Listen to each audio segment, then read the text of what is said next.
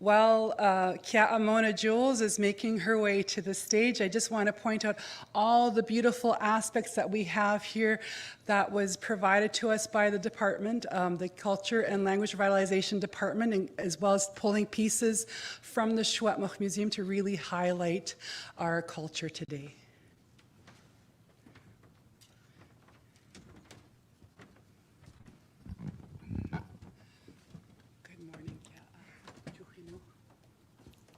Twinúch chwaiden gsalchten.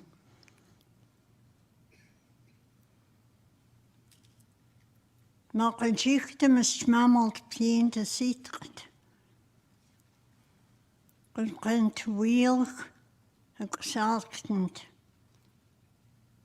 Ben meensel am iemts. Smammeld te smol. Nes goge julig om zit mich. Ben mentem. Het hanne zo gilt mes. Het galt koekbee. Genoeg van de gewaard is het mammel te wachten aljent mich. Genoeg van de als het eelks, als je wilks, als je joods, en jou straks, pien wil maar jouws. Galt koekbee. Genoeg van de dit la aquas in mich. Miauws is was das gewaard. Zo aks, of kwaltaans, of kultens, was stammers. Maar elkst mens, maar jouw welk mens, met kunstas, wat hannes of hielmes. Galt koekbee. Tjak daar. Dat lactaans is mammel te achpien. Genoeg van daar is mammel te dag bestit lach arms. Kwakt die tijd. Genoeg van daar galt koekbee. Als spok elk mentem, als wie ze zit lach arm. Saien te zo aks. Galt koekbee. Genoeg van de gewaard is mammeld nes goge julichums en kalme goedlig. Genoeg van de is mammeld te small nes gewaard de residential school. De chat matstum. Genoeg van de is mammeld de staats was ook juist mes goedjem. Was ook aquas. Akpaktes, nesitest, nu, na school. Kaknien men en church wat mu akwan, alkstwint luk asses. Galt koekbee, gechichta, de kuntjenach, as us, as la, zo akspien, wil my jouws. Galt koekbee, je weet, skakaltien mensen. Oho.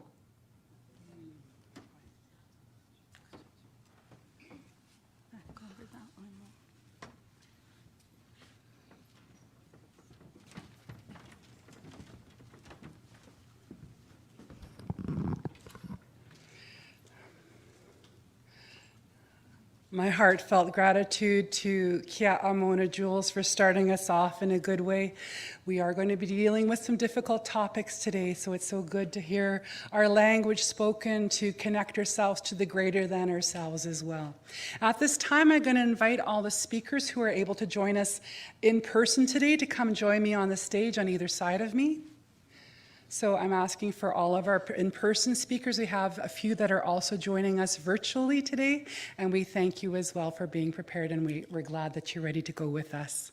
So, Tjuchinu, my name is Rissel Coy. I'm also known as Starlight Thunderhorse. I'm also known as Laloya.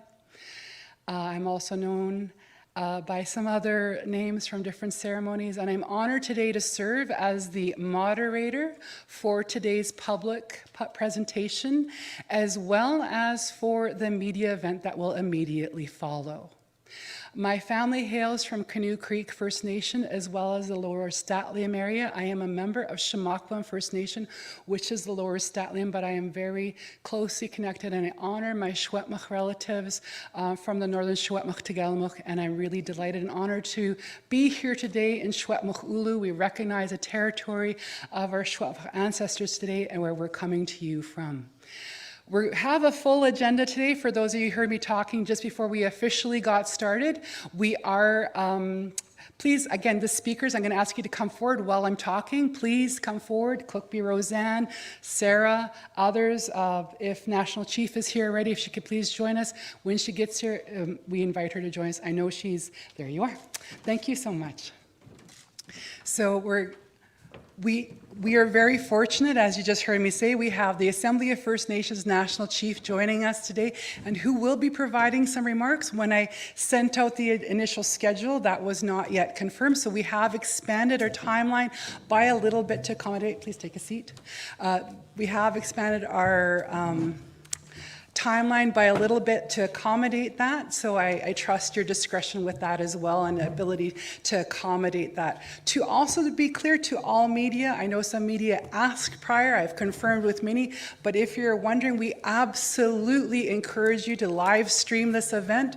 We also, for all people who are witnessing this around the world, please invite people to share and bear witness on this important event today.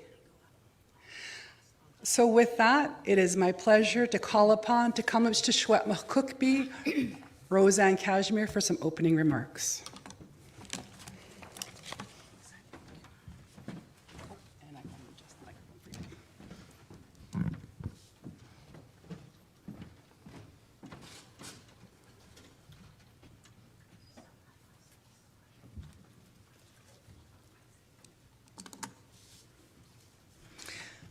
Waiko Paitip, Cookby Roseanne Cashmere, Rinskwas, Tk'emlúps to Secwépemc.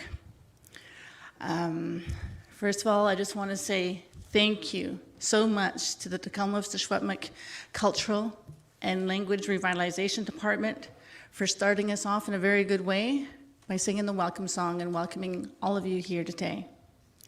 Also, I would like to say a heartfelt Tk'emlúps to Mona Jules for starting us off in a good way with the grounding, the much needed grounding that we needed through prayer to the Creator and Cook's Jam. So as we begin this public presentation today, I want to begin by acknowledging Indian residential school survivors and intergenerational survivors. There are no words sufficient to express the comfort and love that we wish to express to all of you today. We see you, we love you, and we believe you. I also want to acknowledge all of the communities that are grappling with their recent findings. We grieve with you in this confirmation of further missing children at other Indian residential schools. We stand with you and we move forward on to the next steps to address these heart-wrenching findings. Tk'emlúps to the Tk'emlúps to Secwépemc Council and members for joining me today. It is together that we can face such daunting work and ensure as caretakers that we move forward with deepest respect and love for these missing children. I stand here today strong because of the immense support that start both with our community and that I have received from the community since the news broke out on May 27th. I am so thankful to be joined today by Secwépemc Kusautsans, our Secwépemc relatives from across Secwépemc Ulu. I also want to say Tk'emlúps and thank you to Splatsin Cookby Wayne Christian, who is here with us, Nisconlith Cookby Judy Wilson, Canoe Creek Cookbee Hank Adam. Also to Phyllis Webstead, ambassador and a founder of the Orange Shirt Society. I would also like to say that we also have Sid Leckie from the city RCMP, and we also have William Wallace and Dee with us today from our local detachment. Additionally, I also want to thank the following people for joining me today. The Assembly of First Nations National Chief Roseanne Archibald.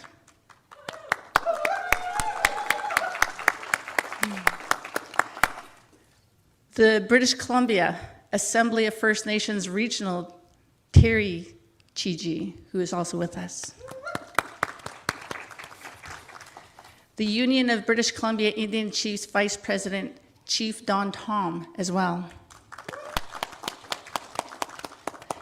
as Secretary Treasurer, Cookbee Judy Wilson.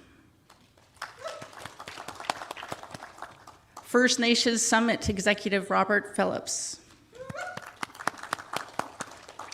And our friend, the City of Kamloops Mayor, Ken Christian. So we are here today because Indian residential school survivors and intergenerational survivors who were unrelenting in carrying those painful truths about missing children forward. From those who witnessed the abuse and neglect that could have led to death, to those who required to dig graves. We are forever thankful for your willingness to carry this burden of truth forward so that we could verify that knowing, confirming with science, and where some of the missing children's current resting place is located on the grounds of the Kamloops Indian Residential School. For everyone joining us today, I want to extend my heartfelt thanks. As you are bearing witness, and in doing so, you are ensuring that Indian residential school survivors are finally being heard about the deaths of children in the residential schools after so many years of silence and disbelief. You are bearing witness to a very important truth about Indigenous people and Canada. It has been referred to as a historic dark chapter, but Indigenous people are very much alive with the repercussions that they're living today. I am so thankful for the inner strength and the fortitude that I have witnessed Indigenous people draw upon to continue forward despite the current and historic impacts that we shoulder. As I begin to delve further into the harsh reality regarding the missing children, I first wish to remind everyone this is heavy truth. For those present in person, I would like to remind you that we have cultural and wellness supports in the adjacent room across the hall. For those joining us remotely, please know that there are crisis lines that are publicly available and have been well publicized. The Kamloops Indian Residential School was run by the Roman Catholic Church, albeit that words of regret and remorse have been expressed by local and regional Roman Catholic representatives. There has never been an apology from the highest level of the Roman Catholic Church. To be clear, the Roman Catholic Church has repeatedly refused to accept responsibility or formally apologize for its direct role in the numerous and horrific abuses committed by Indigenous and children through the residential school system. Despite having operated over 70% of all residential schools in Canada, They sought to reduce their obligations to contribute funds to reconciliation purposes. In 2016, Canada permitted the Catholic entities to escape their requirement to raise at least $25 million as part of the class action settlement, leaving only $4 million that they raised for these purposes, excusing the $21 million obligation that was unfulfilled. As we think about the Roman Catholic Church, let us all recollect that it was the federal government of Canada that mandated the Indian residential school system. In addition, the federal government that passed the law that permitted the Royal Canadian Mounted Police to forcibly remove children from their families and communities to be enrolled in Indian residential schools. We are not here for retaliation. We are here for truth-telling. We are here today to honor the missing children in our caretakership who have experienced unthinkable circumstances leading to their death and whose remains were placed in unmarked graves. We are mapping a way forward to bring peace to those missing children, their families, and their communities. We will follow the evidence as it is disclosed. We will follow the science while we pay heed to what oral telling survivors share with us. With that, it is my honor to call forward the ground penetrating radar specialist, Dr. Sarah Bellew from the University of Fraser Valley, to present the findings from the investigation that she conducted on behalf of the Kamloops to Secwépemc. Keep going. Okay, do I keep going? There you go. Thank you.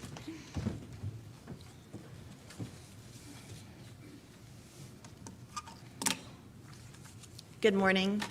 I am Dr. Sarah Beaulier. I'm a faculty associate in the Community Health and Social Innovation Hub at the University of the Fraser Valley. I would like to acknowledge that the University of the Fraser Valley is located on the unceded traditional territory of the Stalo people. I was honored to be invited by the Tk'emlúps based on my experience to conduct the survey of ground penetrating radar, also known as GPR. I'm closing in on a decade of work using GPR within a burial context. My experience with GPR has been used in both Indigenous cemeteries as well as city cemeteries. I have also been called upon by the Canadian First World War Interment Recognition Fund to locate unmarked prisoner of war burials as part of Canada's first national interment operations. In fact, the GPR that was used for this survey was provided by the Canadian First World War Interment Recognition Fund to help complete important work such as this. I've been asked to present the findings of this preliminary investigation. In order to do so, I will first discuss the cultural protocols pertinent to this investigation. I will then provide you with the information pertaining to the specific survey locations. Next, I will discuss the use of GPR within a burial context and present some of the common burial features that are used to make these determinations. I will also provide you with the technical slides that will present the data from the site and take you through the analysis of how these subsurface anomalies became targets of interest. And finally, I will present my findings, analysis, and discuss a path forward.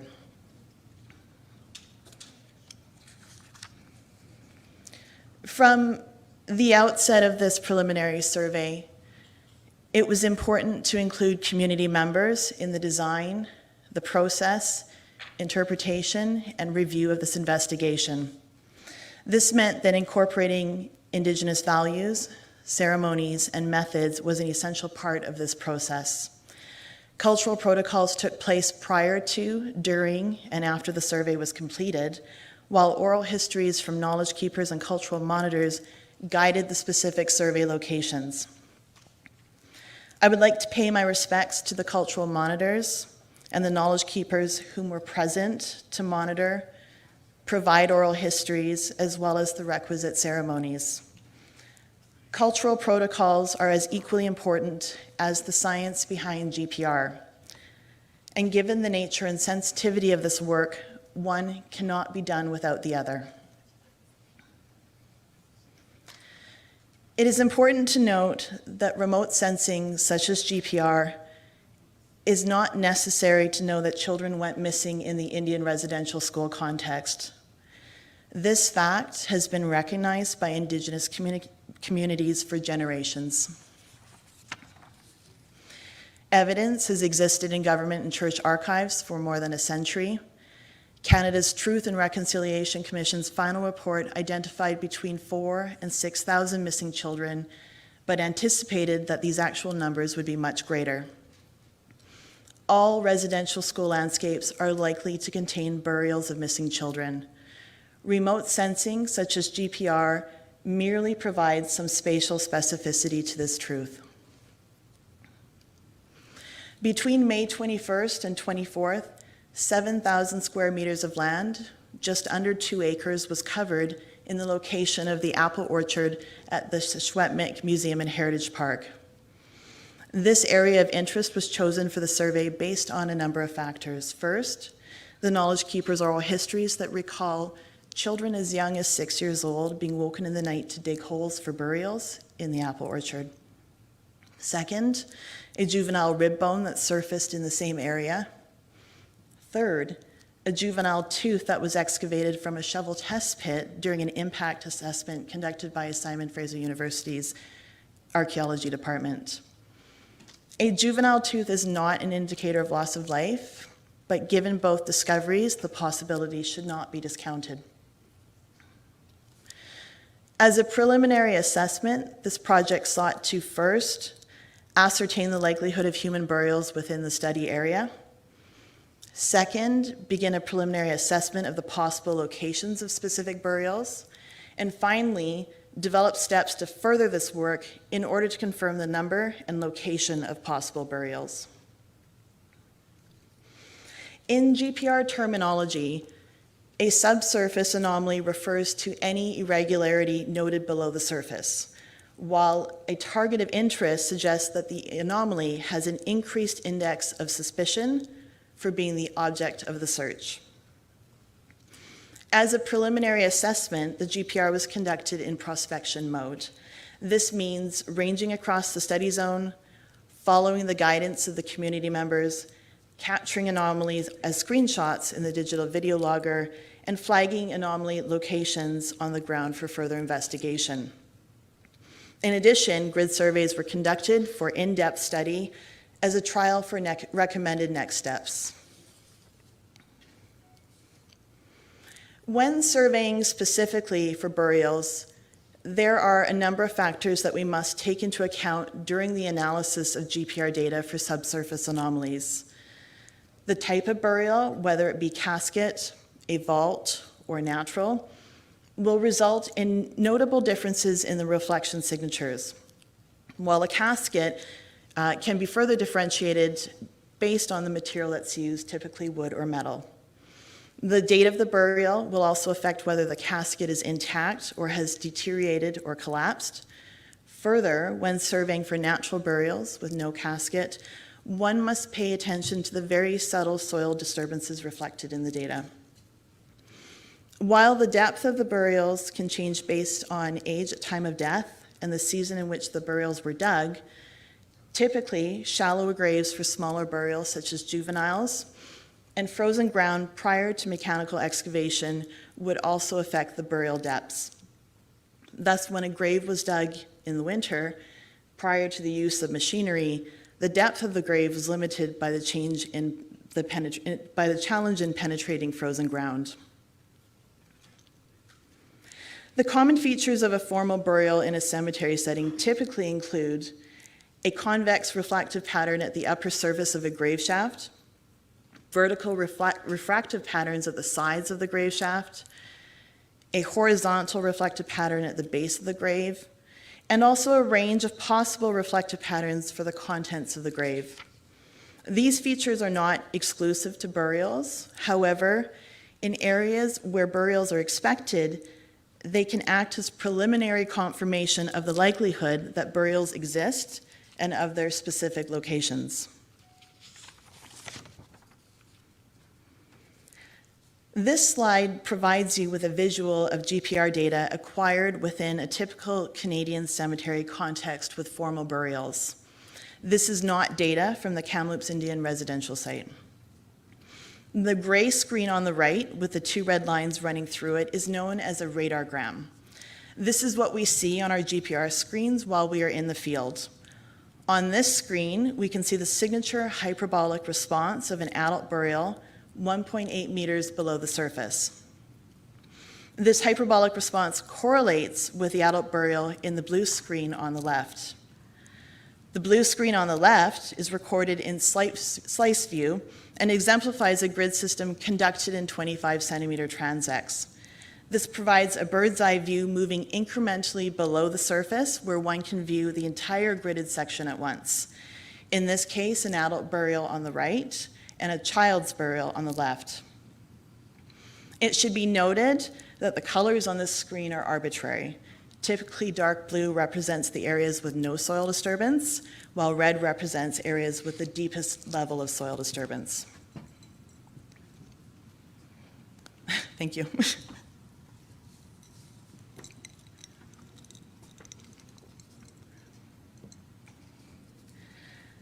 The total number of burials of missing children at the Kamloops Indian Residential School landscape is currently unknown, as this was a preliminary investigation.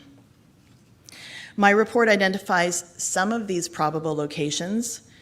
There remain over 160 acres that still require surveying before these numbers can be finalized. From my preliminary findings in May to today's results, reports providing additional information related to disturbances from archaeological impact assessments, as well as construction in parts of this area, were subsequently provided to me. These reports were reviewed in order to determine which of these locations overlapped with the GPR survey areas. After this review, it was determined that there remain 200 targets of interest in these preliminary results. Again, here, I must indicate that this is the first part of an investigation with a knowing and oral histories that tells us that there remain much more work to be done. The following 4 slides present examples of some of the data images from this investigation. I will use them to help illustrate the process of data and responses. I will also provide some illustrative highlights on these graphics that indicate some of the signature responses used in determining why these subsurface anomalies are targets of interest. In the following slides, I will call the targets of interest probable burials as they demonstrate multiple GPR characteristics of burials, but only forensic investigation with excavation will be able to conclusively determine this.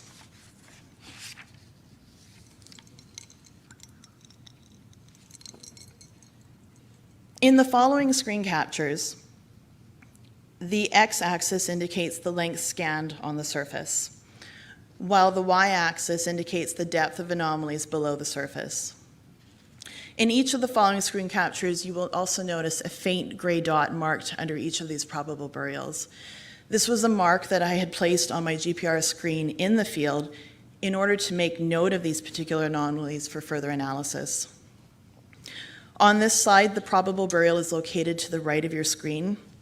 The probable burial contains multiple GPR characteristics of a burial. First, the orange semicircle indicates the convex reflective pattern of the upper surface of the grave shaft that lies approximately 0.7 meters below the surface.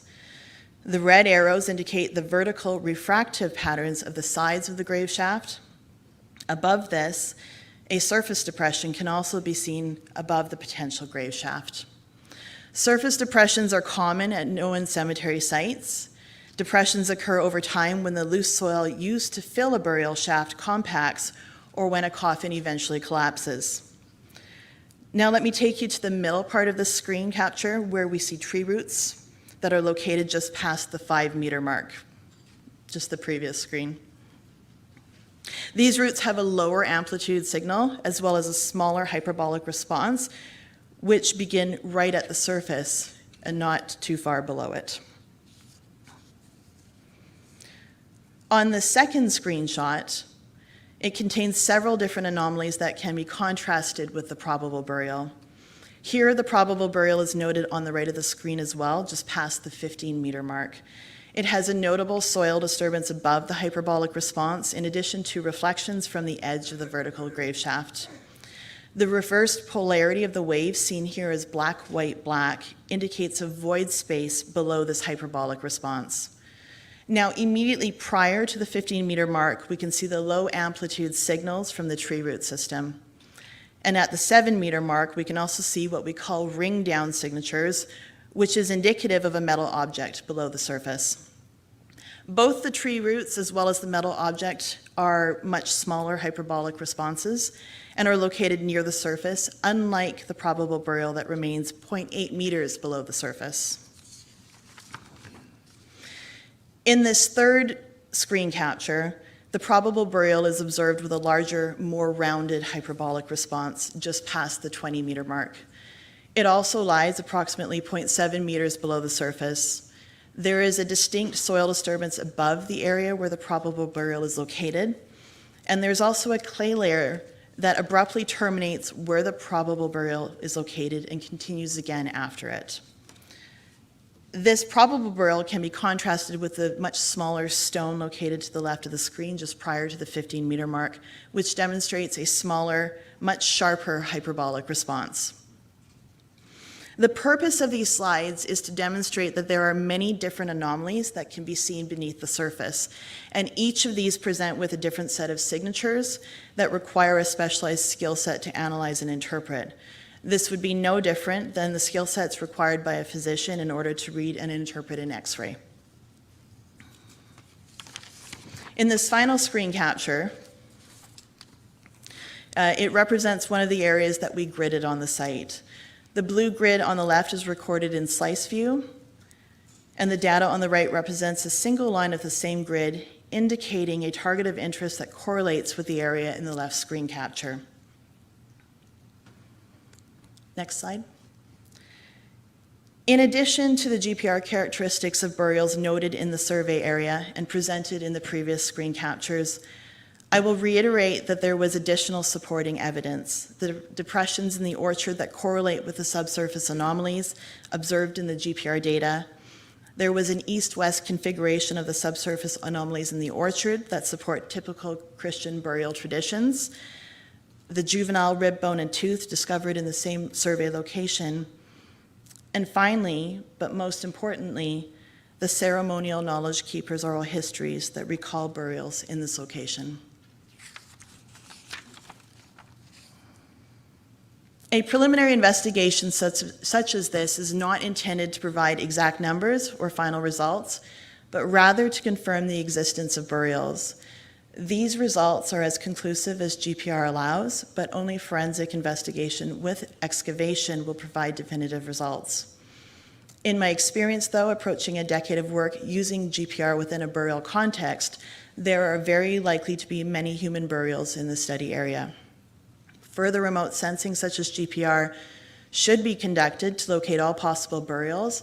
After all, this investigation has barely scratched the surface, covering just under 2 acres of the total 160-acre residential school site. In concluding this presentation, I would like to circle back to a statement that I made at the beginning. Remote sensing such as GPR is not necessary to know that children went missing in the Indian residential school context. This fact, this knowing, has been recognized by Indigenous communities for generations. All residential school landscapes are likely to contain burials of missing children, and remote sensing such as GPR merely provides some spatial specificity to this truth.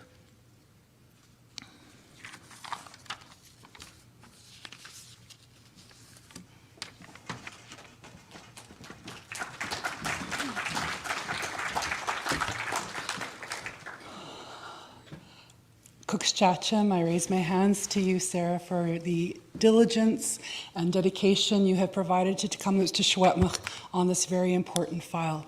At this time, we're going to turn virtually to Dr. Lisa Hodgnet, who is the president of the Canadian Archaeological Association. So please welcome Dr. Lisa Hodgnet. Oh, you are, I don't know if you're muted or we need to get the sound on our end. Just one moment, please, if you want to just say hello to us again till I work on the sound. We have no sound for her, so just a minute, Dr. Lisa. I'll try again. There we go, perfect. Thank you so much. Thank you. I'm Dr. Lisa Hodgets. I'm the president of the Canadian Archaeological Association, and I'm an associate professor in the Department of Anthropology at the University of Western Ontario. I'm joining you from London, Ontario today, and I want to acknowledge that London is on the traditional territories of the Anishinaabe, the Haudenosaunee, the Lenathewack, and the Attawandaron peoples. I've been an archaeologist for 30 years. I'm a settler. My family's roots are in Britain. But for the last 15 years, it's been my privilege to do my archaeological work in close collaboration with Indigenous communities, and in particular with the Inuvialuit of the Western Arctic. I'm very grateful to the Tk'emlúps to Secwépemc First Nation for the invitation to be here to bear witness today. Many thanks to Dr. Beaulier for her excellent report. It's clear that she brings a great deal of expertise and also a great deal of heart and commitment to do the work in the respectful way, and a way that's culturally appropriate. She gave us a great overview of what ground penetrating radar can and can't tell us. As Cookby Casimir noted at the outset, the news of Dr. Beaulier's findings and similar findings from other residential school sites in recent weeks has brought to the surface a lot of pain and trauma for many Indigenous communities, and especially for survivors, intergenerational survivors, and their families. I hope so much that they've found some comfort in the massive outpouring of support that we've seen from around the world. I think it's unfortunate, as Dr. Beaulier noted, that it took this science to wake the world up to the truth that survivors and their communities have known for years, and is so clearly documented in the Truth and Reconciliation Commission reports from 2015. The TRC laid out a path towards healing that would allow us to build respectful relationships between Indigenous and non-Indigenous Canadians. And I think it's time for all Canadians to hold the Government of Canada, other levels of government, and the churches that ran so many of these schools accountable. They can talk about reconciliation, but until we see real movement to implement all 94 calls to action of the TRC, those are just empty words. Given the massive size of the area around the Kamloops school, the 200 targets of interest, those probable burials that Dr. Beaulier identified, are only the beginning. It was a very small area that she investigated, and further work is clearly required to confirm the number and the location of potential graves at the site. It's also really important that we remember that Kamloops is only one of 139 schools in the Indian residential school system. We also know that there were other schools, day schools and residential schools, that weren't covered by the TRC. So 139 is not the whole number. We're talking clearly about thousands and thousands of missing children. And given this huge scale, I think it's clear that the funding that's currently been provided by governments for investigating and commemorating these missing children is going to fall short.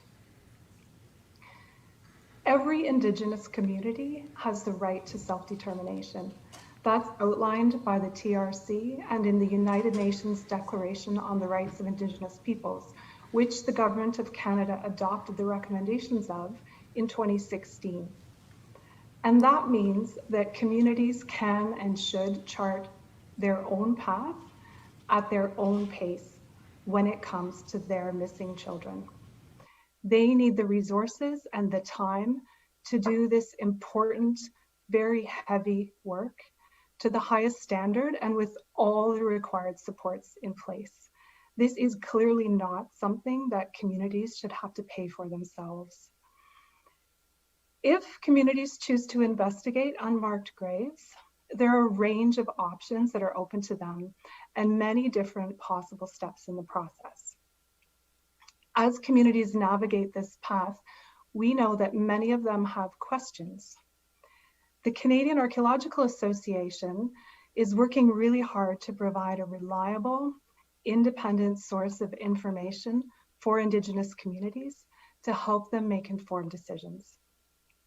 Our expertise lies in the area of remote sensing to find unmarked graves, which, as I said, is only one of a series of steps that are open to communities.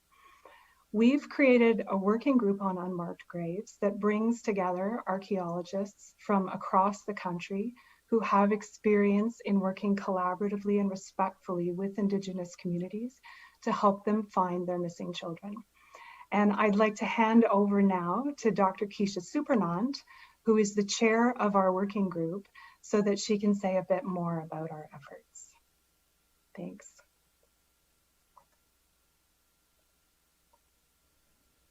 Thank you, Lisa. Can you hear me? Okay, I'm on. Tanse, Keisha Supernant Nitsikatson, Miskuchi Wiskaigan Utinia, the Michif Mia. Hello, and I'm Dr. Keisha Supernant. I am Métis, and I'm director of the Institute of Prairie and Indigenous Archaeology, as well as an associate professor in the Department of Anthropology at the University of Alberta. And I'm also the chair of the Unmarked Graves Working Group of the Canadian Archaeological Association. I'm coming to you today from the lands of Treaty 6 and the Métis homeland in Edmonton, Alberta. And I too am honored to have been invited to participate in this event today. I want to begin by thanking the speakers so far and to support the clear communication of the results that Dr. Beaulier had provided. It's clear from this, that there is an accurate use of best practices in an exploratory and preliminary assessment. I've been working collaboratively with Indigenous communities for over 15 years, and over the past several years have been developing capacity to apply ground penetrating radar and other remote sensing techniques to the detection of unmarked graves in many different contexts.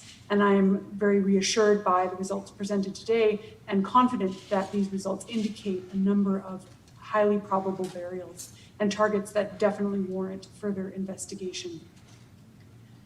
And I think one of the big challenges facing communities, as my colleague Dr. Hodgetts has pointed out, is the scope and scale of the landscapes that require this investigation.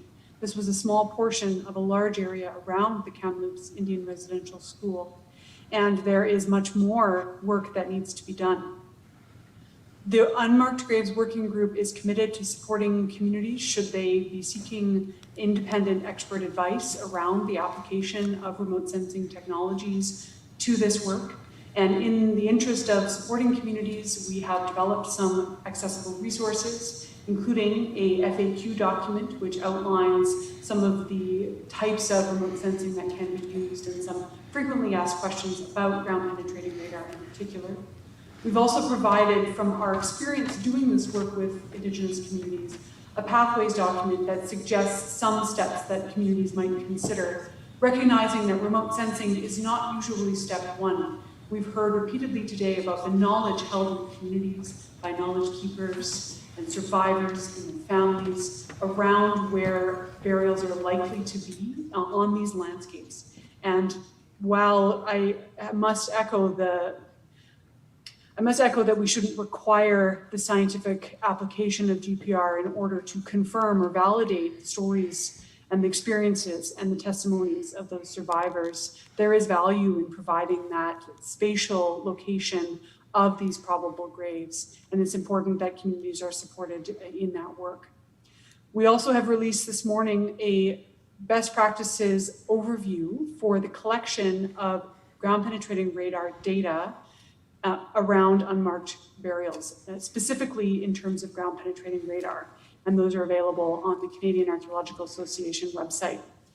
Our intention here is to establish and share some of those best practices around how information should be gathered from these sensitive sites in a respectful way, and using the application of ground penetrating radar to these difficult targets. And want to emphasize that while there are a number of people who might know how to use ground penetrating radar, using the equipment does not mean you know how to apply it in order to find unmarked burials. So we're seeking to provide important information for communities so that they can make informed decisions about how they wish to proceed. I also want to emphasize that there are a suite of other remote sensing technologies that could be applicable. Ground penetrating radar worked well in this context. It does not work well in all contexts. And so providing this information helps communities determine which approaches are most appropriate around their schools. I also want to emphasize that many of these schools have survivors from multiple nations, and communities need to be supported in bringing together those survivors as this work continues. And the scope and scale of it are truly immense. Communities must be resourced. Funding, expertise, and other resources that they are requesting must be provided as this work continues. We are hoping to continue to provide an independent source of expert advice should communities wish. And in the interest of supporting this, we are partnering, we've been invited to partner with the Kamloops Secwépemc on a free webinar, which will take place next week, July 22nd, beginning at 9 a.m. Pacific time. And it will review best practices around the application of remote sensing for grave detection and bring together experts from across the country to be able to explain what some of these technologies do and how they might be applied to unmarked burials around residential schools. This is a long road. There is much work yet to be done, and we are only beginning this journey that survivors and communities have been asking for a very, very long time. And I'm grateful to have been here to be able to provide some of this information and to confirm the excellent work of Dr. Beaulier and to support Tk'emlúps Secwépemc as they continue to walk this journey. Hi, hi.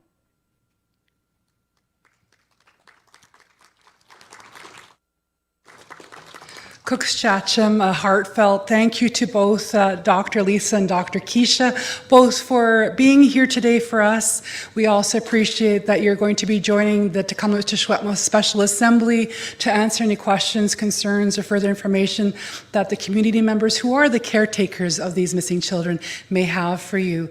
We also look forward to next Thursday, the 22nd, for that free webinar for all First Nations, Métis, and Inuit organizations and communities, and you can find more information on the Tk'emlúps website about that. At this time, it's my pleasure to call upon again Kamloops Secwépemc Cookbee, Roseanne Cashmere, to talk about some next steps.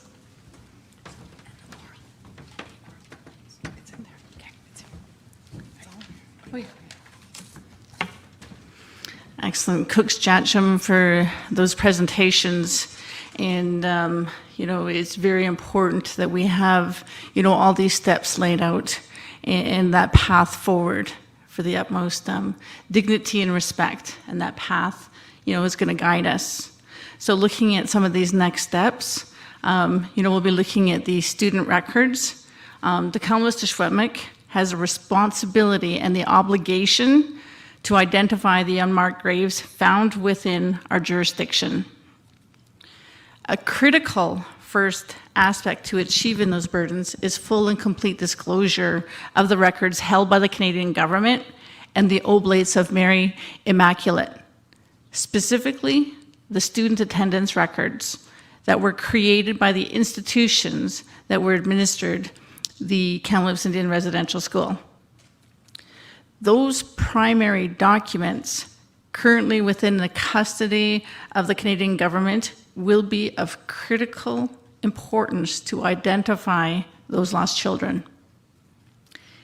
Every student who ever attended Kamloops Indian Residential School is documented in those records.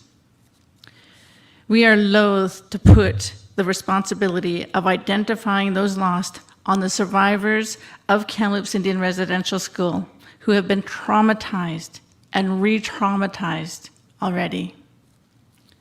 Thus, we call on Prime Minister Trudeau and the Canadian government to share those attendance records as a first step in assisting Tk'emlúps in fulfilling their obligations regarding those lost without acknowledgement and as steps towards reconciliation. Similarly, the Tk'emlúps calls upon the Oblates of Mary Immaculate to assist in our sacred duties by opening up their records immediately and fully.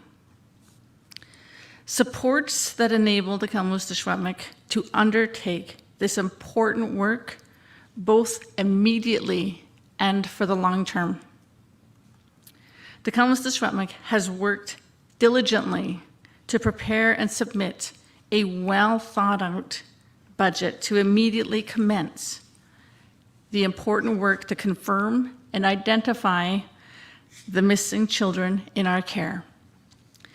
We're calling upon both the federal and the provincial governments to provide immediate and ongoing funding and supports to Tk'emlúps as we develop and implement frameworks and processes to further identify, document, maintain, and protect the remains of the children found buried at the Kamloops Indian Residential School.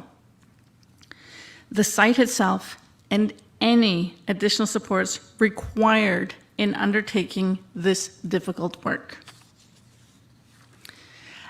Access to experts is absolutely critical. This work requires resources that includes dedicated and qualified personnel to bring truth to light and peace to family members of the missing children. This is what drove us to reach out to the Canadian Archaeological Association and the Institute of Indigenous and Prairie Archaeology. It is also why we are offering a free webinar next week on remote sensing and grave detection in partnership with them.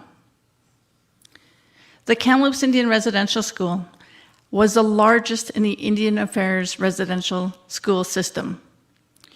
From oral tellings of survivors and the records that have been able to be accessed to date, we understand that students came from across British Columbia, some from Alberta, and as far as the Yukon and into the States. To effectively work in the immediate and long term, both the Tk'emlúps and the home communities of the missing children must be fully included and fully and duly resourced. The Tk'emlúps needs to be able to take care of our community members, our survivors, and intergenerational survivors. Our community members continue to seek a healing center and programs that are trauma-informed as well as trauma-specific and reflect our Secwépemc values and culture. This is an urgent matter of health and well-being that needs to be supported both in the immediate and in the long term. Oral tellings from survivors.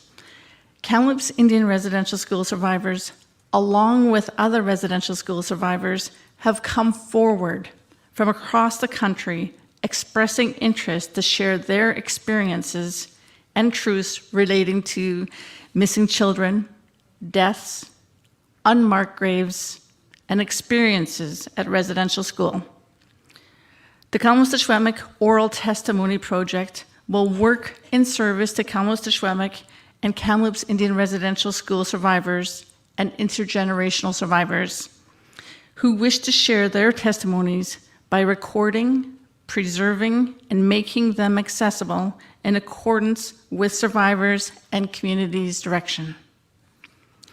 Dr. Mary Ellen Turpel-Lafond will be working to guide the process to ensure that it meets the community requirements and also respects the human rights and choice of survivors to talk about their experiences as they feel is necessary and appropriate. A 1-800 number and an email address will be provided at a later date for those who wish to participate in the oral tellings project.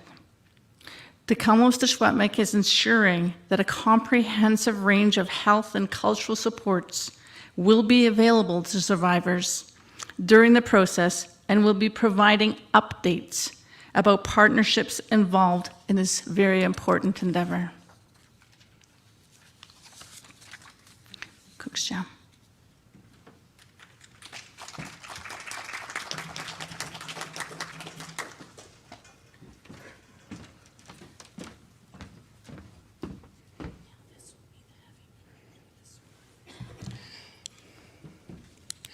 At this time, it is my honor to call forward some survivors to provide their statements. Again, I would like to remind you, for people here in the room, that we have culture and wellness supports just through these doors in the Columbia room. And for those online, I'd like to remind you that there are wellness supports that are well publicized in 1-800 numbers.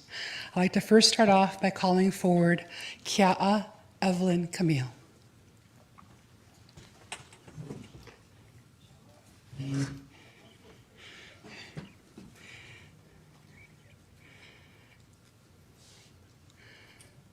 We are very fortunate today that we're going to have 3 survivors share with us today, and then we'll move on to further parts of our program. Thank you.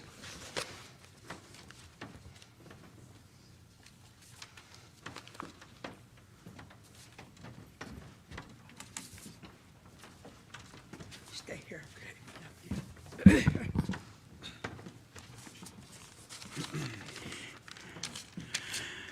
Wait, Tk'emlúps, and Chawas Quest Evelyn Camille at Kamloops, I'm going to teach.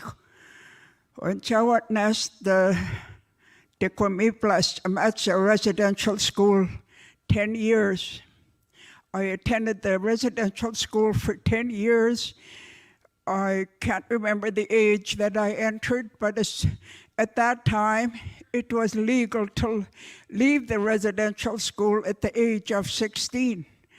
And I was on my 16th year, I tried to get letters home to tell my parents to come and pick me up on the day of my birthday so I can go home. But as many of you know, or may not know, that all letters sent home was censored. They tell us to write letters home to our parents, which made us very happy because it was the only contact we had with our parents, is some letters sent home. In my letters, I had tried to explain the abuse that was happening in residential schools. For me, it is very hard to talk about it. I didn't even talk about the abuse in residential schools to my children. And today they're shocked to hear all what is happening, especially finding of the babies. And I told my youngest daughter, no, I didn't want you to know what happened to me. I was ashamed to be a Secwépemc. That's what residential schools taught me, to be ashamed of my identity. After walking the red road and learning who I was, which took many years in pushing back the abuses of residential schools, to learn of my identity. As many of us know how hard it is that have gone to residential schools. The residential schools were specifically built to take the Indian out of us, to take away our language, culture, and traditions, and to make us some astute. But it did not work.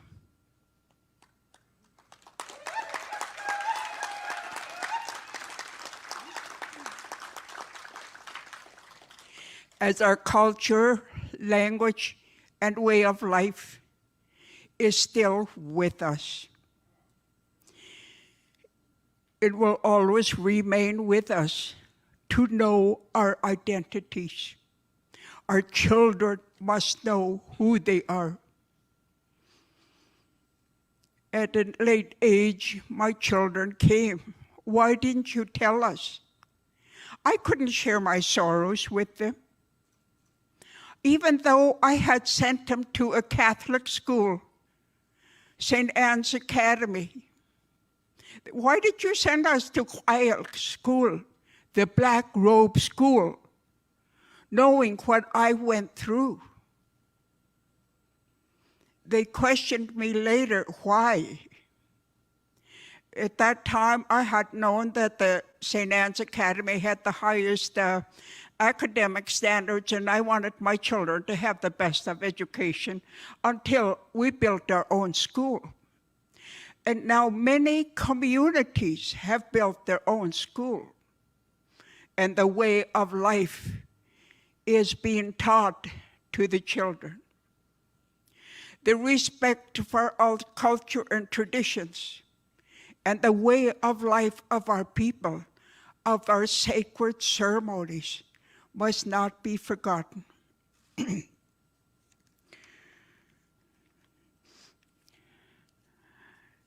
To hear, when I heard of the babies being found, of this, during our residential school settlement, we had tried to mention over and over and over, there are many children missing who did not reach home.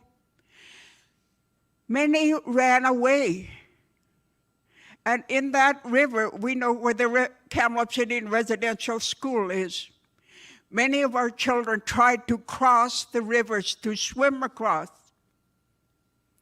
Many were lost in the waters. My oldest sister, Irene, used to talk about them. Those children did not reach home. Many of our children who ran away during the winter and froze to death on their way home. And the Tk'emlúps, the black robes, start lying about the children. Oh yeah, they're doing fine here. In the meantime, they were missing, and no one had searched for them. Many tried to run away from these, I don't want to call them schools, because I didn't learn anything there. I was there 10 years. When I took the college entrance program, I had grade 4 level. All we did was cook and clean, and we starved, and yet we had to steal much of our food in order to survive, and that's only part of our survival in residential schools. The residential schools was built to beat our language, culture, and traditions out of us. It was meant to break up our families. We know our families were strong.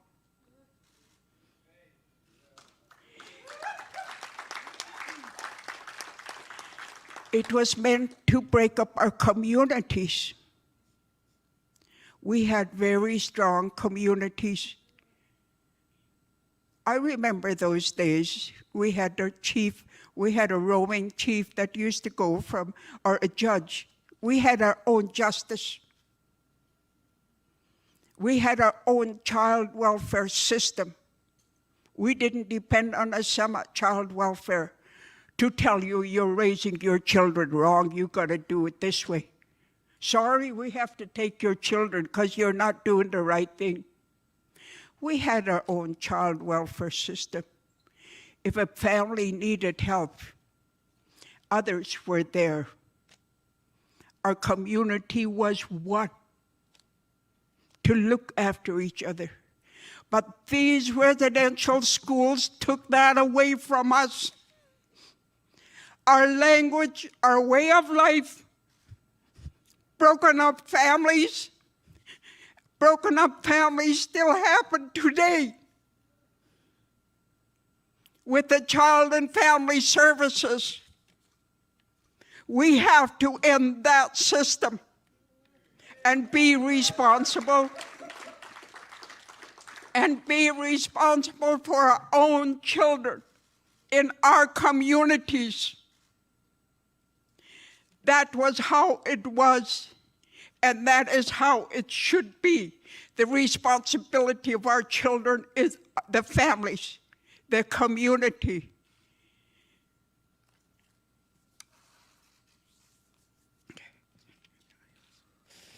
Sorry about that. I was swearing up and down, and when I'm going to come up here, I want the truth to be out, and I'm going to be strong. But to think of what happened to many children. The way I heard the news about the remains being found was a shock. A piece of paper was stuck to my door. I didn't even see who delivered it. I don't think that was considerate of bringing the news to elders. And I was home alone. I opened that letter. I was in shock. My daughter came home. She said, "What's the matter?" I showed her the letter. But we have a very strong family. We support each other, and they came. We had a supper, and we tried to talk about it. They asked, "Why didn't you tell us?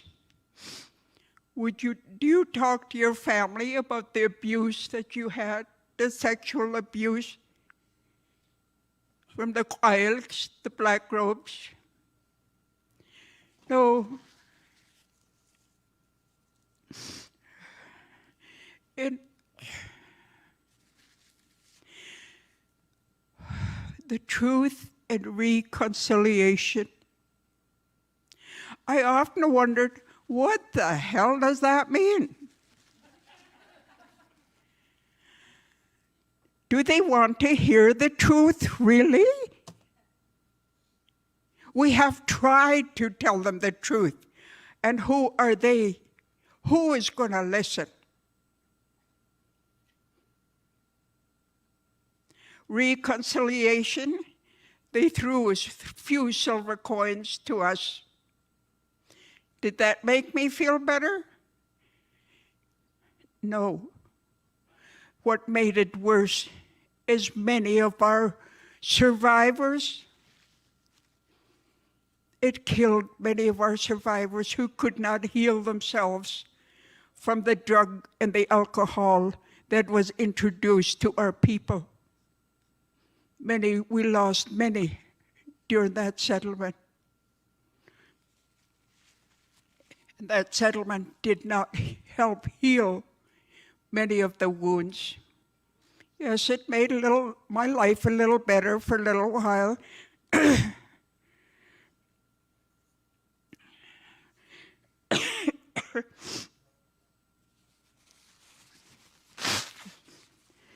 I try to take a lot of notes here, but it's all scribbly, you know how you try to keep notes. Once again, I thank you for giving me this time to speak what is in my heart. I'm very saddened about the findings. Although we did try to say a long time ago to tell the people the politics that many of our survivors are missing. Now, what next is what I want to know. What I want to know, what I would like to see, is the burial site to be left undisturbed. Yes, there may have to be some studies to be done. What good are those studies going to do for us, for an individual, for me? It's going to tell me that, yes, they were murdered by Tk'emlúps. Is that going to make me feel better?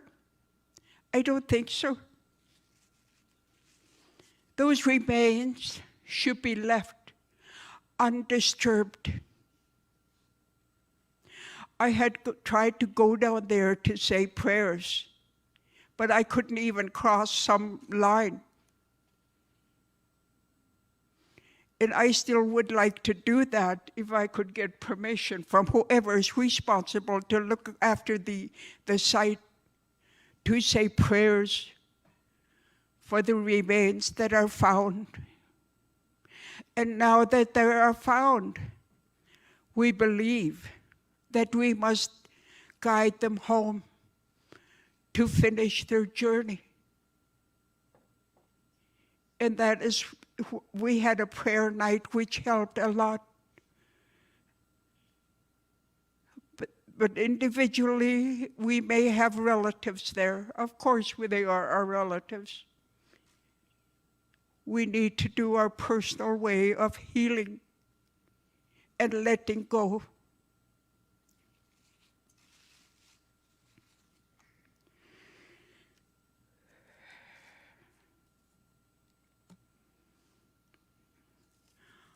I think that's all for now.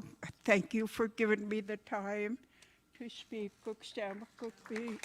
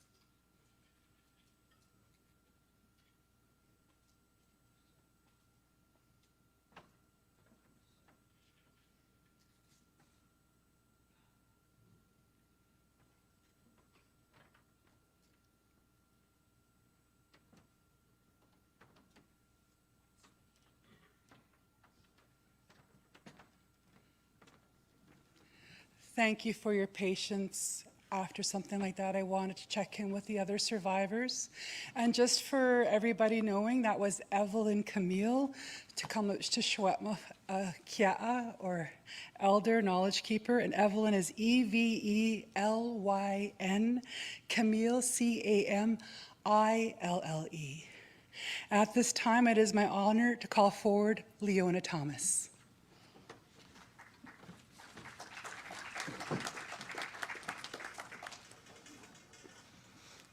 Thank you, Evelyn.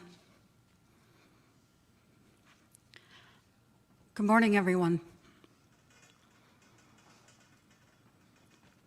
Initially, I said no to this request, but I think it's really important for our younger generations to understand, be informed and be educated, and moving forward. Take the courage and strength that Evelyn shared with us, and many many, many, many more survivors across this country.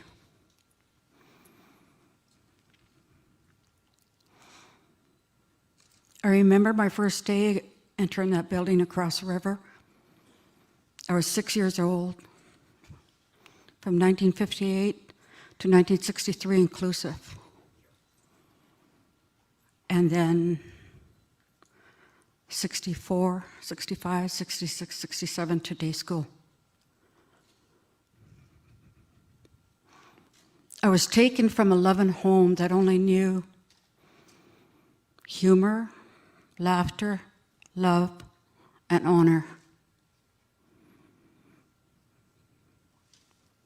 Put into a cold, stark environment that didn't honor or respect who we were.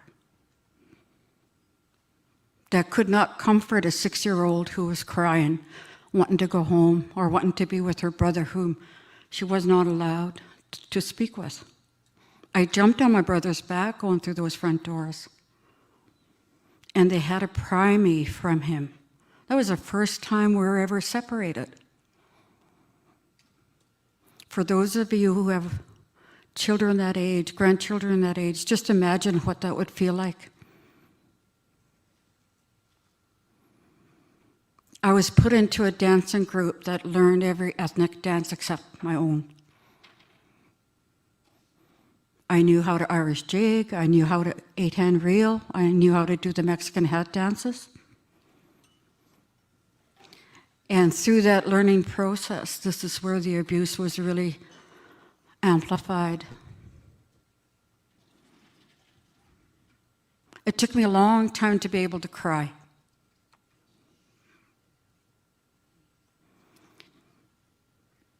It was difficult to be able to share emotions.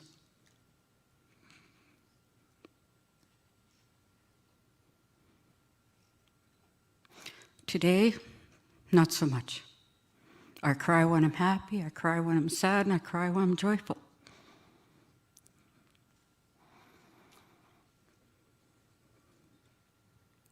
I'm grateful for my late aunt as I entered my teenage years to bring a group of us from our community to learn our own Secwépemc songs and dances.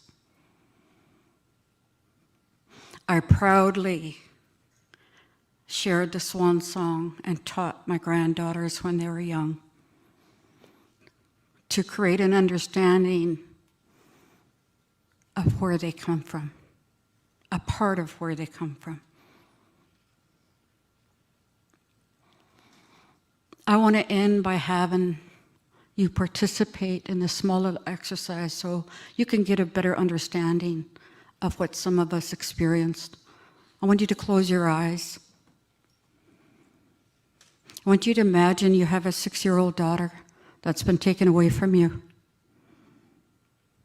You have no choice. You have no one to turn to. No one believes you. That little girl, for the next 5 years, has to go into an environment that shows no love, no hugs, no support,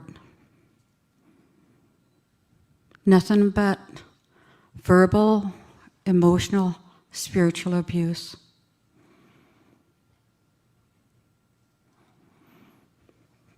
When I was going through the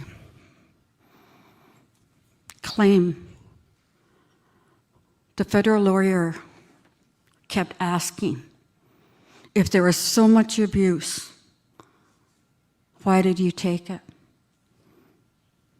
And I replied to her, what 6-year-old child could say no? Those are the types of comments that were made, not only to me, but probably everyone who had to go through that process. It's not an easy way to share experiences that have only been shown you as shame. I agree with Evelyn that our identity, Our dignity and our self-esteem was really eroded. Our ability to speak. I can't speak my language today because of what I experienced across that way. I've tried. I've gotten so many beatings for speaking my language that I'm sure that there's a subconscious block that just didn't allow me to do it. But that's okay.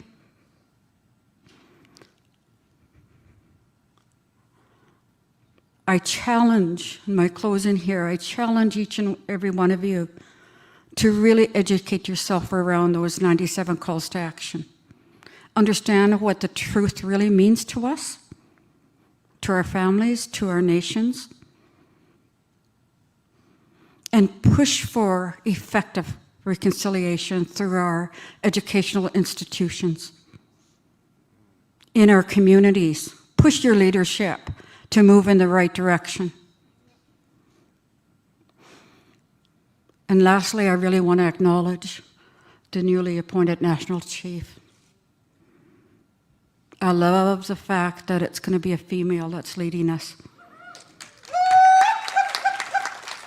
Thank you for listening to me.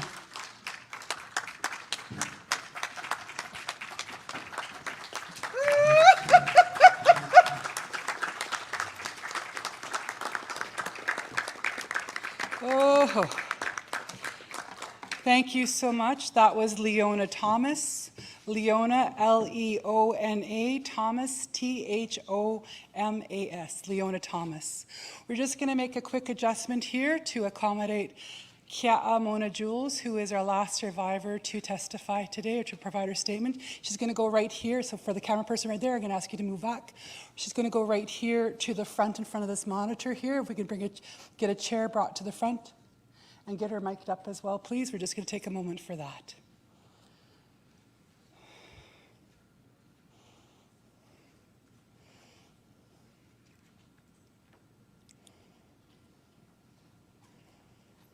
Again, for those in the room, I'd like to remind you that there are culture and wellness supports provided just outside in the Columbia room, just out to the doors to my left. And for everybody watching online, again, it's very well publicized, the various 1-800 numbers, crisis intervention, as well as Indian Residential School Survivor Society crisis line. And we encourage you to reach out if you so need it.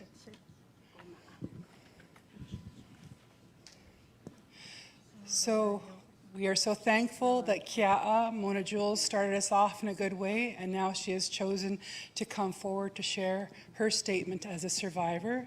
That is Mona Jules, M-O-N-A, Jules, J-U-L-E-S.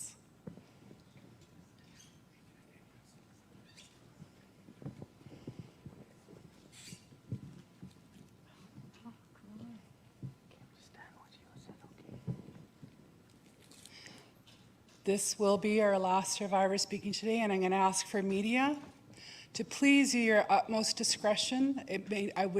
We are not including our survivors as part of the media event, and I also would check with anybody who's accompanying them whether or not they wish to be interviewed, and I would ask that you refrain if that's at all possible. At this time, we're going to now go to Mona Jules. Hello, everyone. My name is Mona Jules. My Aboriginal name is Milnetqua.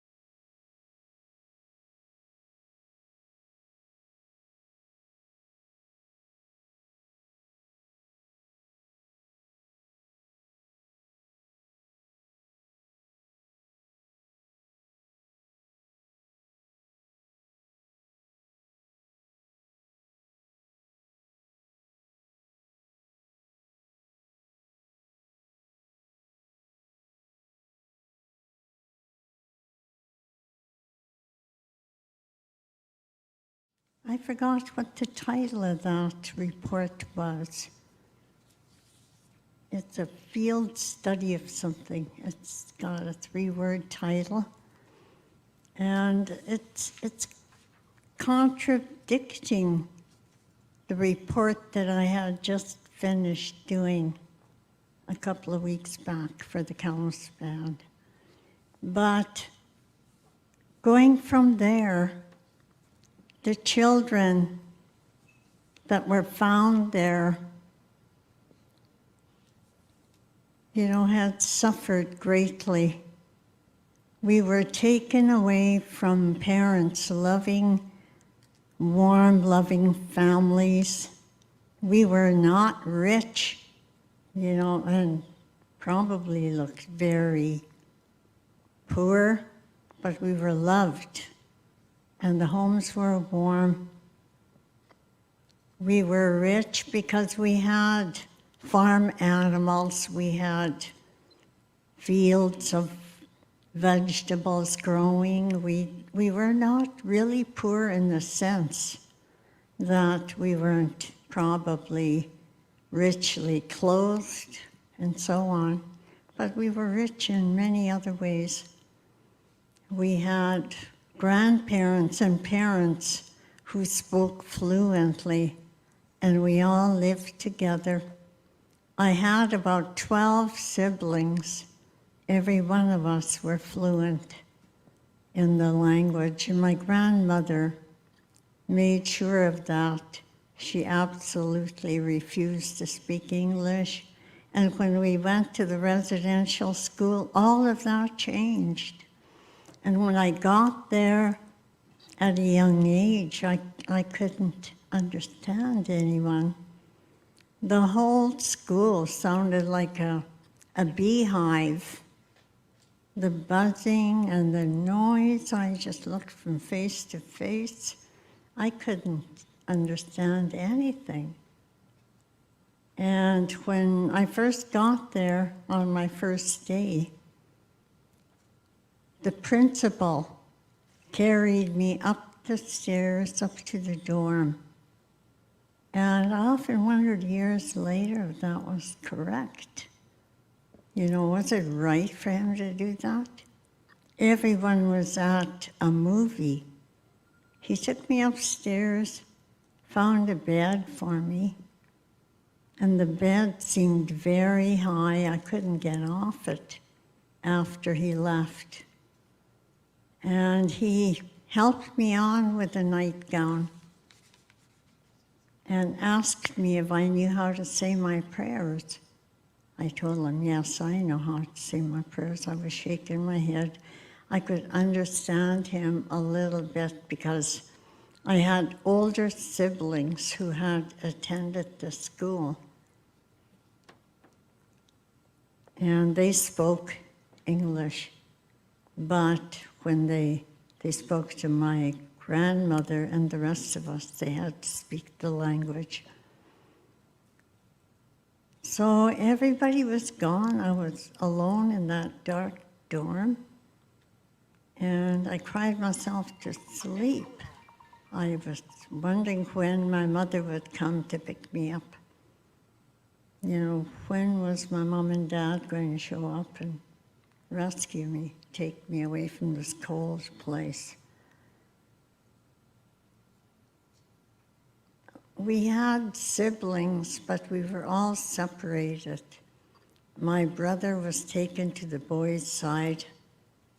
My older sister was taken to a different part of the school. So we were all separated. And after hearing about those children being found along the orchards and other places, I often wondered what would have happened if I hadn't been able to say my night prayers in my language. Would my life have been snuffed out because I wasn't Catholic? My mother and my grandmother were very devout Catholics, and they taught us prayers, night prayers, and so on in our language. And they had great respect for the church and they trusted the priests and the nuns. But I was horrified. You know, my mother always said, oh, those nuns are so beautiful. You know, they're like angels. And so when they came to take us, they were totally in trust. But they were told if we weren't allowed to go there, that my parents would be taken away by the police and put in jail. So later on, when my brother was about 10, 12 years old, my father took him to hunting camp and kept him there for 2 weeks. And eventually he said, I'm not going back to school. I'm going to be going fishing to the fish camp pretty soon. But first of all, I'm going away with Dad and Grandpa to go hunting for a while. And then eventually I saw him at school and in the class. I walked up to him and asked him, I thought you were staying home. I thought you were at fish camp. And he said, no, the police came and threatened to take Dad.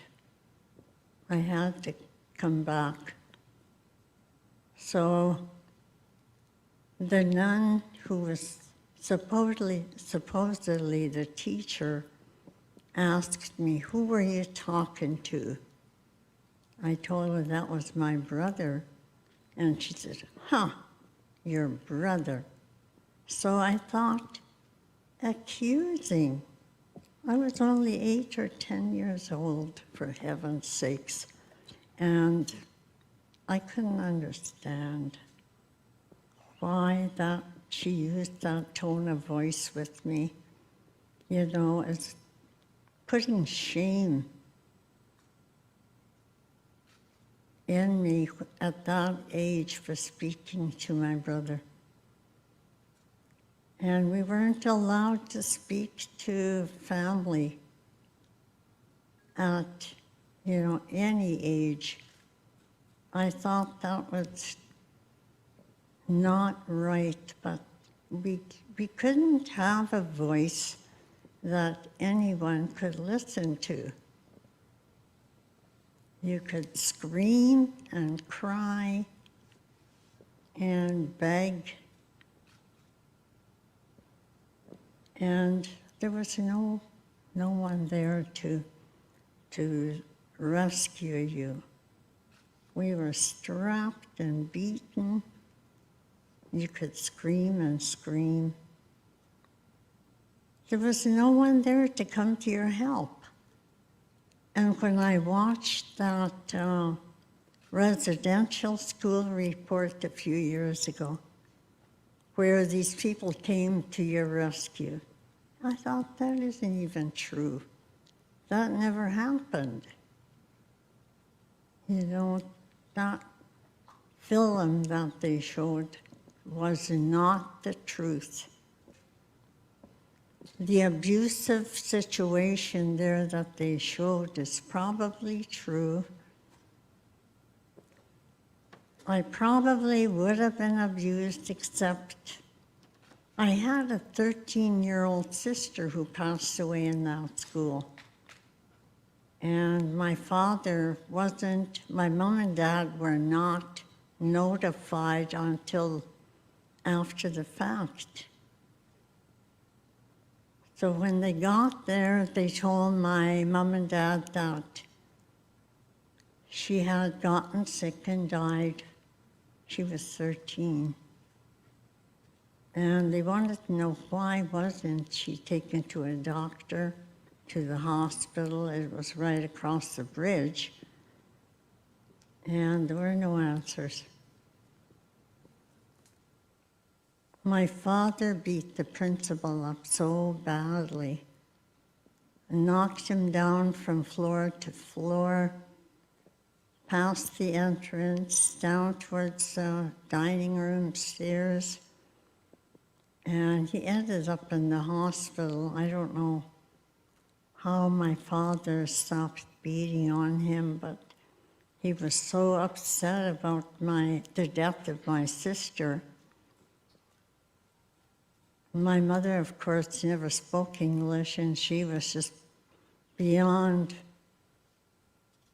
being comforted. She never ever went back to that school to visit any of us over the years because of that.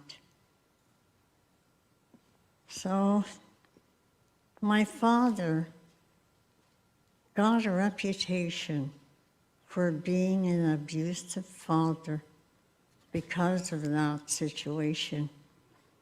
And I was asked over the years to come and speak to a group, and I didn't know it was a room full of principals.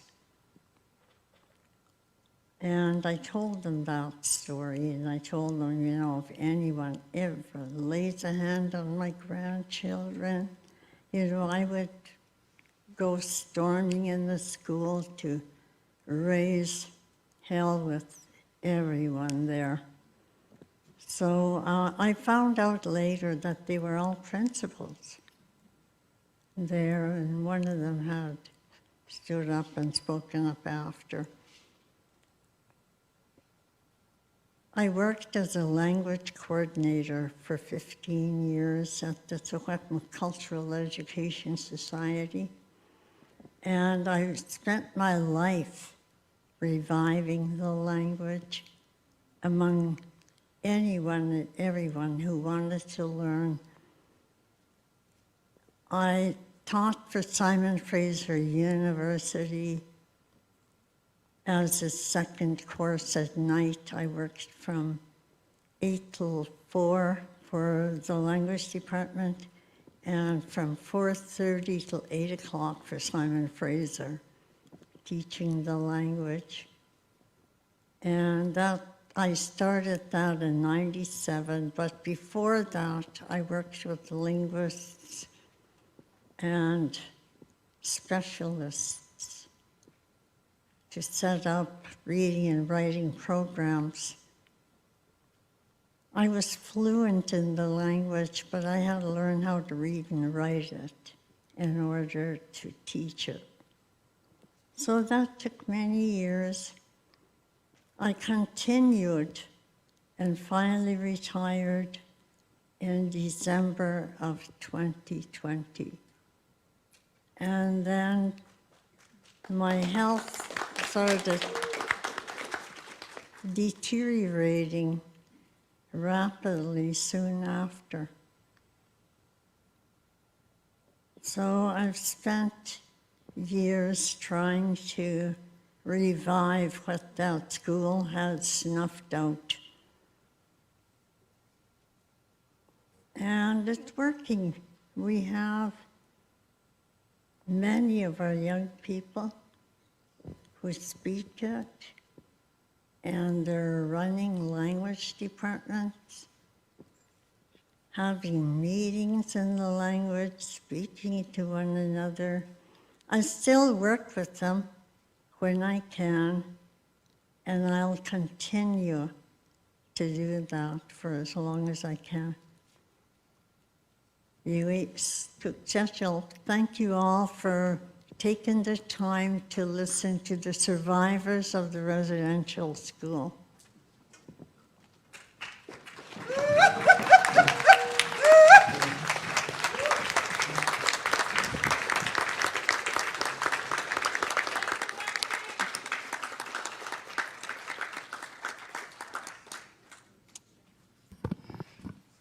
To everybody present here today in this room, to everybody online, I make no apologies for extending the time to fully hear whatever our survivors wish to share with us today.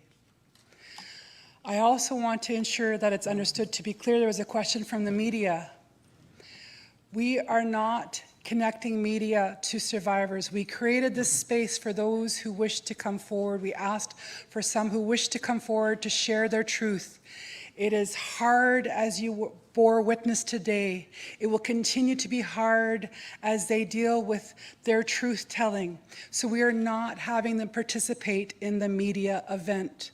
And we are refraining from offering their contact information for follow-up interviews for due respect. They have taken the time today, and we give our most heartfelt gratitude, love, and respect to Evelyn Camille, Leona Thomas, and Mona Jules.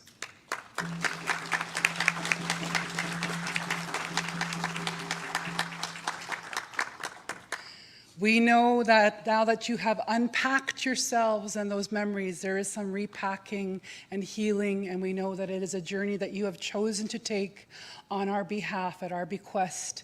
And we thank you, and we pray for that healing and that being heard to provide at least some measure of comfort. We see you.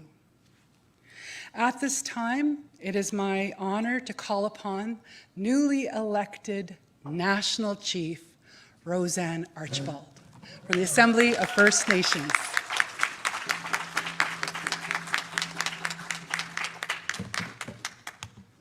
Miigwech, everyone. The first thing I would like to do is I have some medicine here. Most of it's from Ontario. It's tobacco, cedar, sweetgrass, and sage. And I want to formally give it to Kuki Casimir, and it's a gift from us. Miigwech.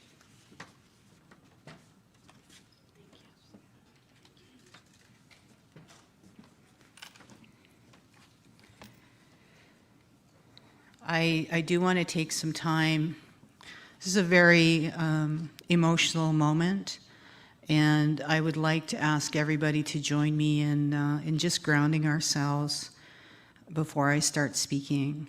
We've had some very powerful elders, knowledge keepers share with us. And so what I like to do is put my hands over my heart. So I'm going to invite you all just to put your hands over your hearts and just to breathe into this space.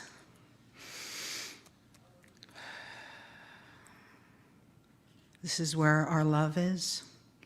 This is what we have to ground our work in as we move through this very difficult time. Just keep breathing into that space so that we can ground ourselves in love. Miigwech. Oachimaswe, Okawakanik, Okawakanishishuk, Gishehok, Esquewak, Nishta Oshkanigwak, Roseanne Archibald, Nitishnikassan, Dago Dagamosh, Gateko Ochian. Good morning, everyone. First, I want to acknowledge the Creator, the world around us, and our place within it. I'm honored to be here in Tk'emlúps, Secwépemc traditional territory, and acknowledge all of you who are watching virtually on your traditional lands. Miigwech, Tk'emlúps, Secwépemc Cultural and Language Revitalization Department for the welcoming song, and Knowledge Keeper Mona Jules for the opening prayer. I raise my hands to Kamloops Secwépemc Chief Roseanne Casimir, her council, the community, BC AFN Regional Chief Terry Tiji, Kuki Wilson, Kuki Christian, Chief Tom, and Robert Phillips, Phyllis Wobstead, Grand Chief Alvin Fiddler, elders, dignitaries, special guests, Mayor of Kamloops, and all the other chiefs who are joining us online.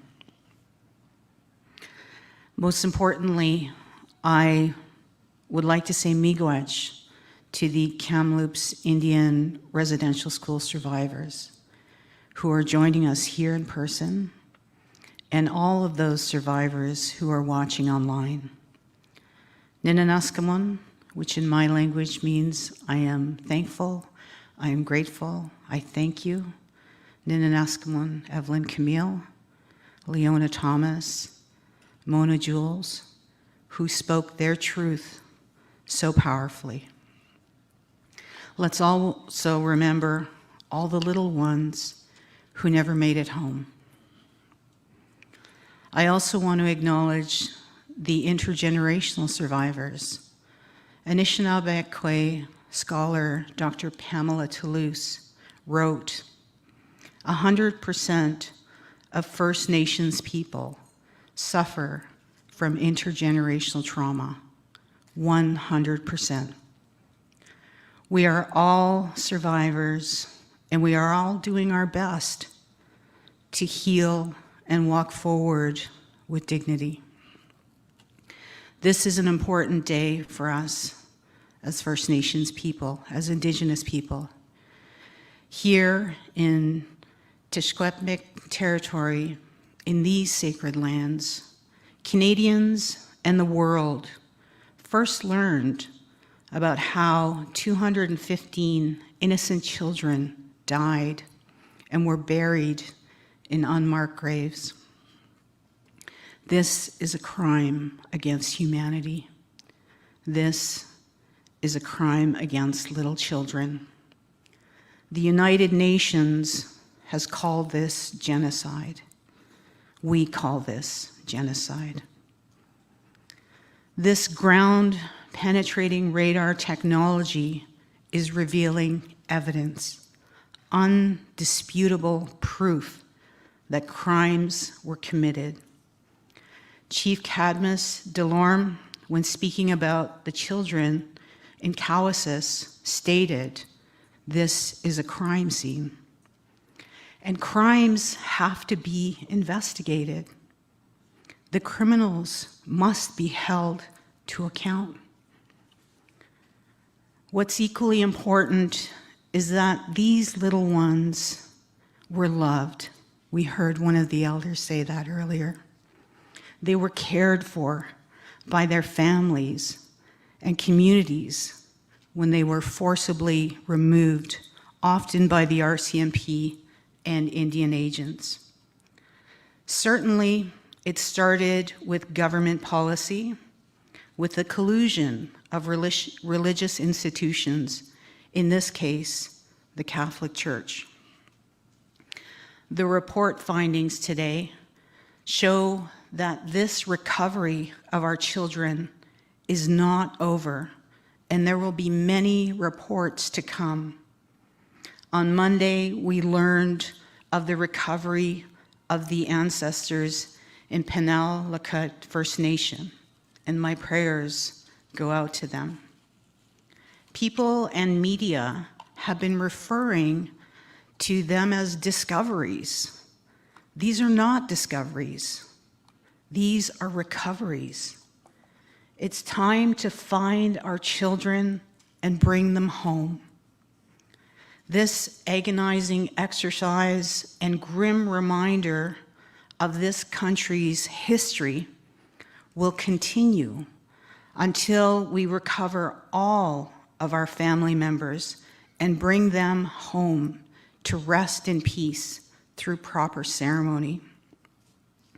For many Canadians and people around the world, these recent recoveries of our children, buried, nameless, unmarked, lost, and without ceremony, is shocking and unbelievable, but not for us.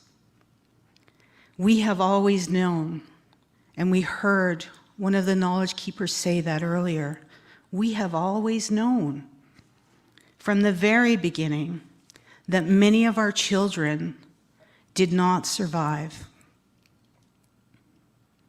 The ones that did return were silent, as one of the elders said, but some of them told the stories of horror and abuse. This has been happening since the inception of the residential schools, since the 1800s, and continued for another century until 1996. 1996, when the last of these institutions was closed for good. But even after these institutions of assimilation and genocide closed, survivors and thousands of families continue to suffer. Some never talked about the horrors that they witnessed. So their children, their grandchildren, and descendants are now coming to terms with the fallout. This has been a very difficult time for us as a nation, as we are reminded once again about Canada's assimilation policies that were meant to extinguish us as a people. Again, make no mistake, this is genocide.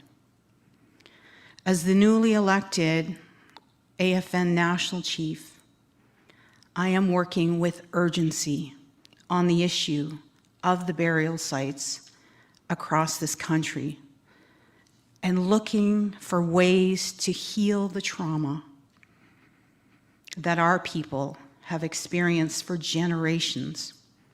I have spoken to Prime Minister Justin Trudeau and made a reasonable and fair request for more resources and funding to help us look for our little ones who have suffered enough and to, most importantly, help bring them home. As a people, we are hurt, we are angry, we are saddened by these recoveries. I know this, and I have seen firsthand speaking to people across this country. They demand action, not promises, not moments of silence. Our young people are expressing their rage and hurt by toppling statues and burning churches. But we must do more than tear down the symbols of destructive colonization. I ask our allies to stand shoulder to shoulder with us to rebuild, recover, heal, and move forward together. I ask every Canadian to stand with First Nations as we continue this painful but important work. I ask you to listen, learn, and reflect on the history that we share as a country. Please continue to call Prime Minister Justin Trudeau. Continue to call your Premier. Continue to call your MP. Continue to call your MPPs to demand reparations, justice, to demand justice and action, not only for our little ones, but for your children and little children everywhere. There must be truth before reconciliation, and there is much to do, and my team and the APTN regional chiefs have hit the ground running. There is great hope and light as we move to rebuild, restructure, and heal. Let's bring our little ones home. Ninanaskamon, again, which means I am thankful, I am grateful, I thank you, and Gisakitin, which means I love you.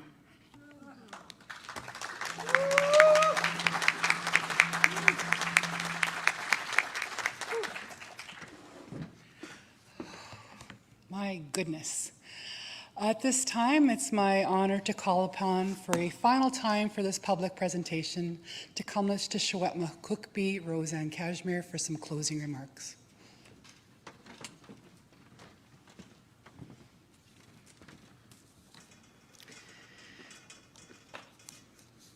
Well, first of all, I just want to take a deep breath. Feel that.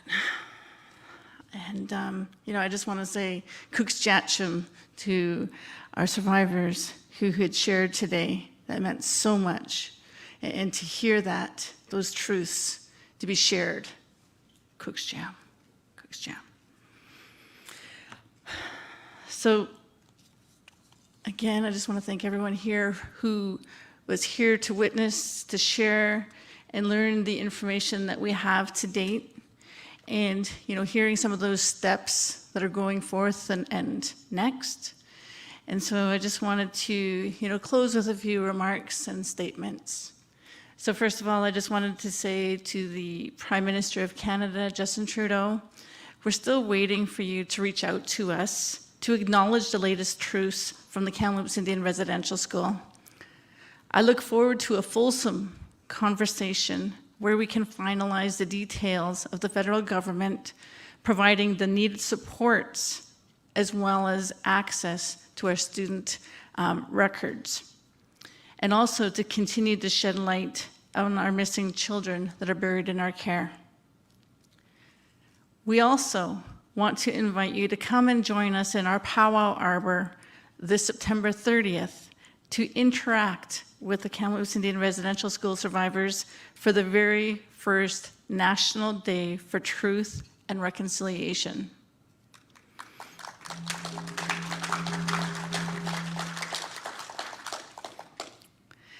To everyone who joined us today, being in person or virtually, thank you.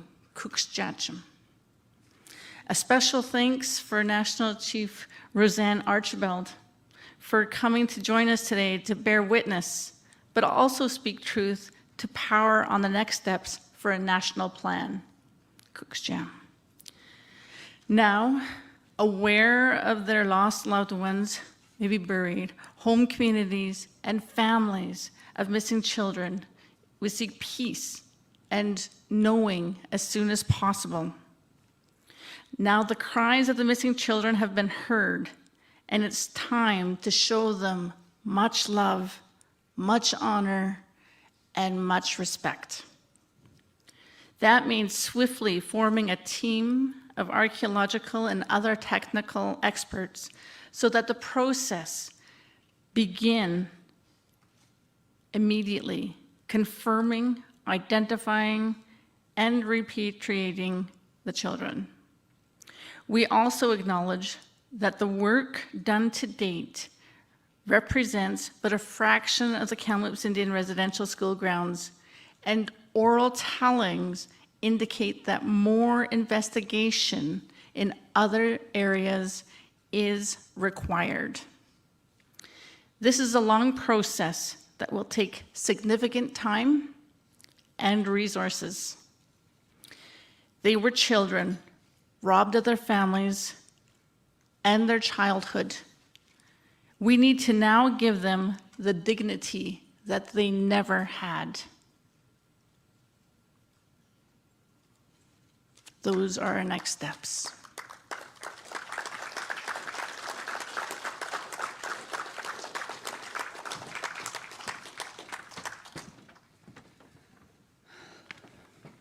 Tk'emlúps, thank you so very much, Cookbee, Roseanne Kashmir.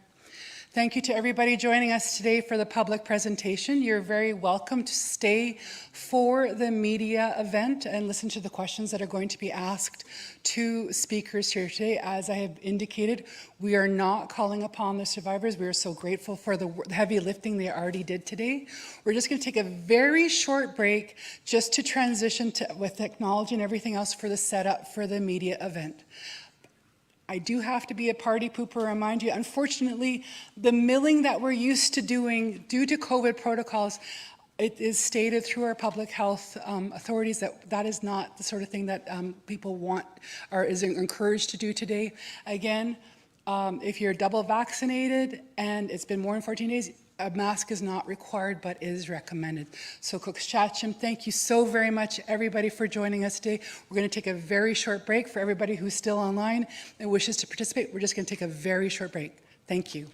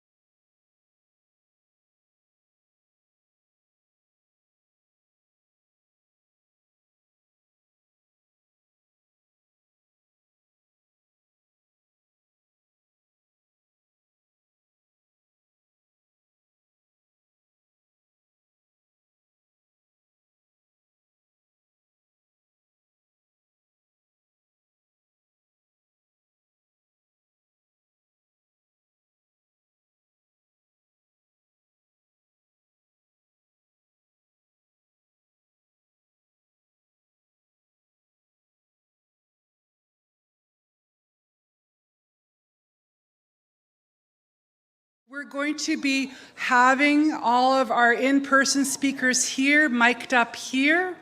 We're going to have a microphone forward for in-person people asking questions. We're also going to be taking questions online. After we complete, for those of you who've made arrangements, we will be doing the one-on-one interviews over there. We will hopefully accommodate some of you who got in the request later. I'm going to do my best. So we're just going to right now start off, well, not the second, but we're going to start off in just a minute with the questions here, with our speakers here. We're just going to get them back, and we're going to ask for the room's cooperation in just a minute. Thank you.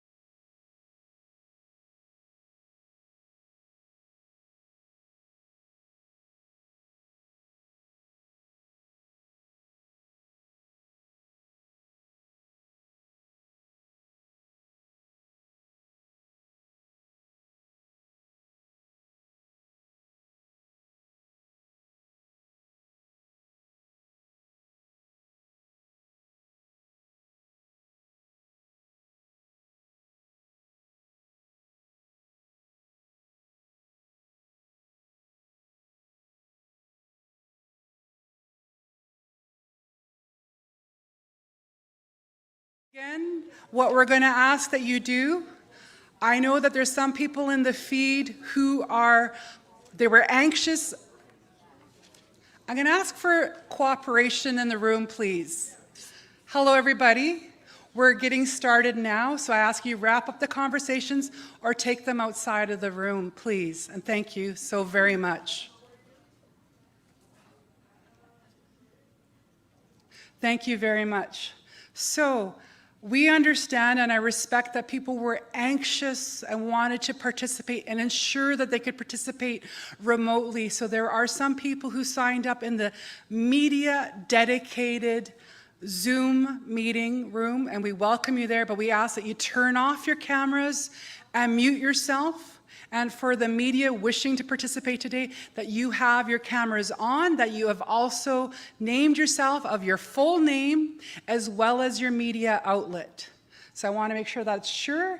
I also want to relate just a little midlife thing. I am absolutely reliant on a person over there because looking at that screen, I have great prescription reading glasses, but they ain't going to help at this point in time. So I am going to rely on my colleague over there to signal me for questions. When we go to you for question, again, even though you have named yourself, we're going to ask you verbally name your full name as well as your media outlet, who you're directing the question to, and then your question. We only have time for a question per person, per media outlet, to be very clear. I know when I say that, I know that there's different people, like whether it's CTV or global, we have regional, local. We'll take questions as best as we can, but we just ask for your cooperation at this time. So let me get my glasses on.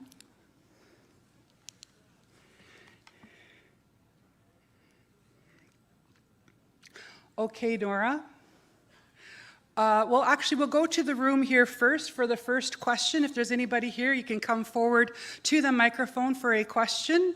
Please identify yourself, your full name, plus your media outlet, who you're going to direct the question to, and then your question. Then we'll go immediately over to online, Nora. Then we'll go to another question in the room. If you're getting a one-on-one interview, we're going to ask that perhaps you refrain because you're going to have that one-on-one interview. For those who do not, we will take a question floor. Again, we're looking for one question per person. Thank you so much. Please proceed. Oh, just one second. Microphone, please. Check, check, check. Check.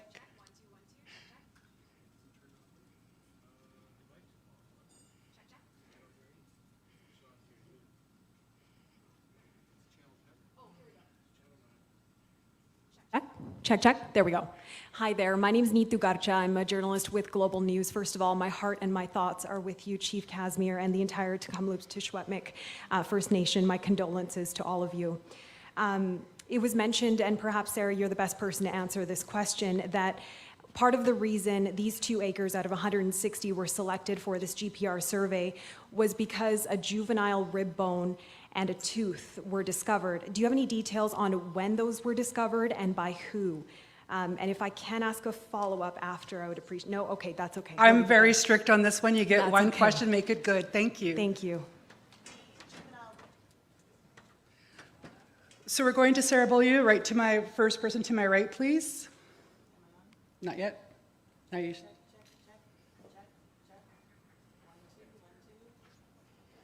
Yeah. There we go.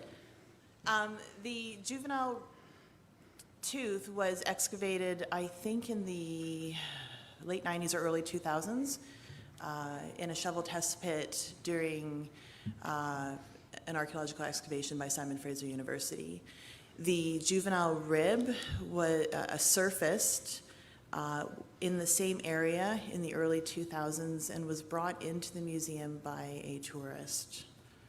And was identified, yes, identified as a juvenile rib bone and then documented subsequently from there. Thank you so much. We're going to go over now to Lindsay Shepherd online. Nora, can you confirm, am I just asking the question from the chat or is she addressing? So from the chat, this is Lindsay Shepherd is from what media outlet, please?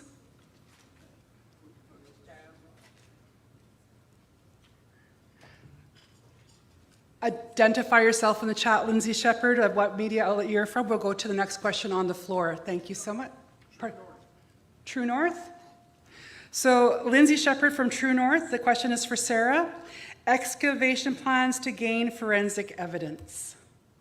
Sorry, one more time? Excavation plans to gain forensic evidence.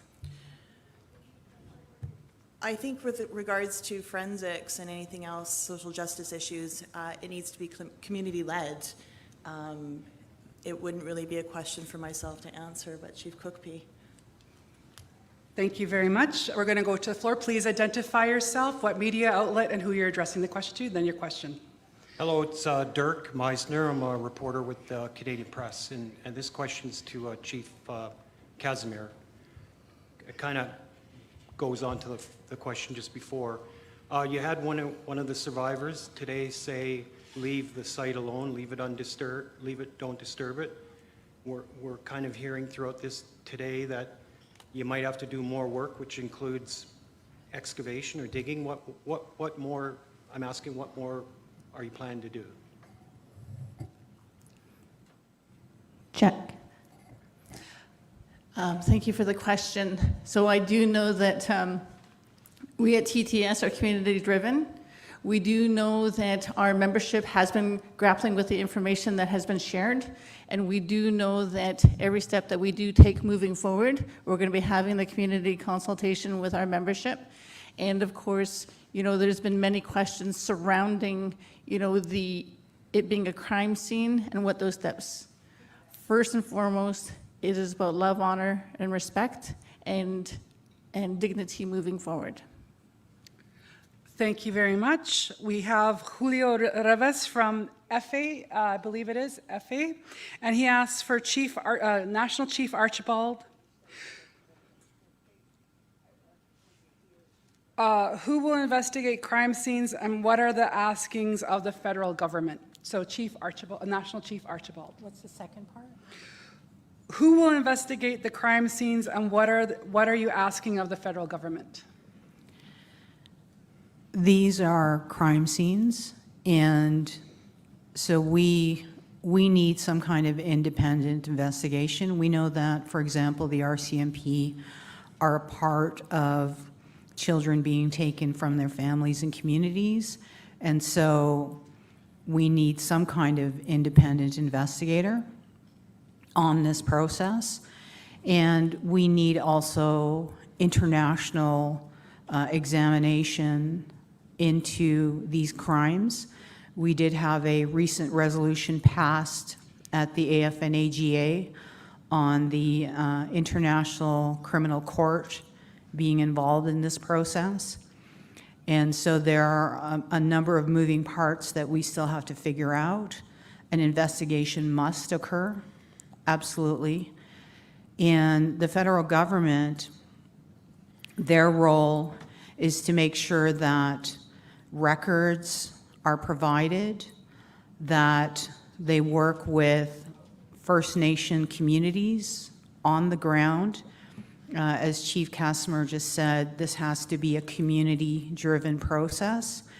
And so we would look to the federal government certainly to provide the resources that we need to conduct thorough investigations.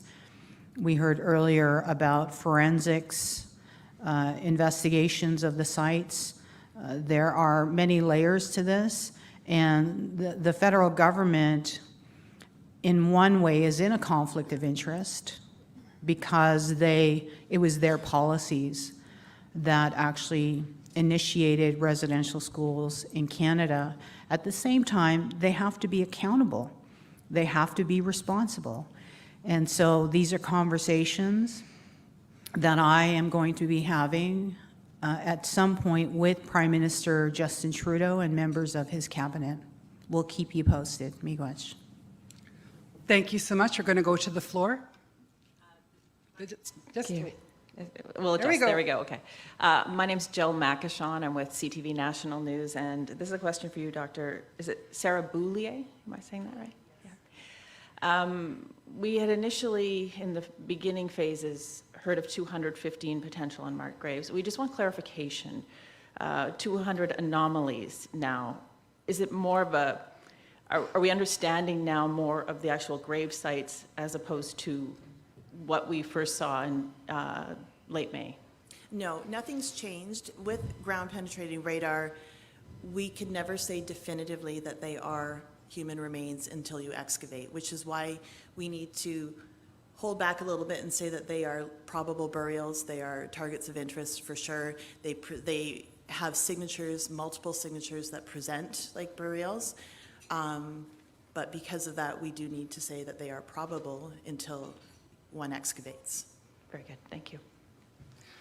Thank you very much. Going to online, we have Zhang Li from City News for Cookbee. Can your community provide similar communities with costs of investigation? Oh, there we go. Check, check. Check. Excellent. Thank you for that question.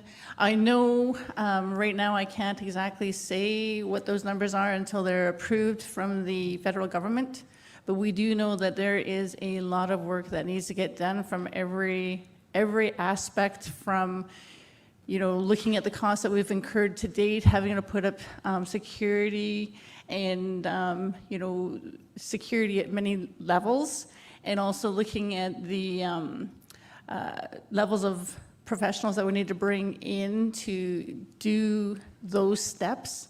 And as we're going through each of those steps, I know all those costs are going to be confirmed as we go through step by step. We have put forward a preliminary budget and are working on a comprehensive budget to date.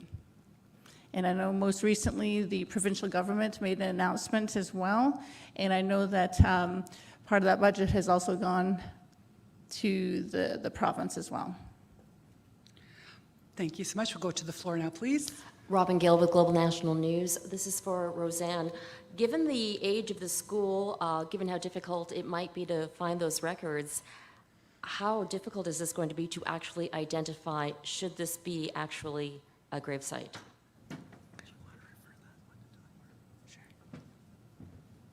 We're going to refer that question to Don Worm, who is our legal counsel, to provide technical support.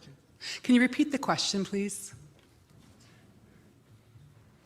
Given the school is very old, given the fact that record keeping may not be accurate, how difficult is it going to be to actually identify, should there actually be remains in those graves?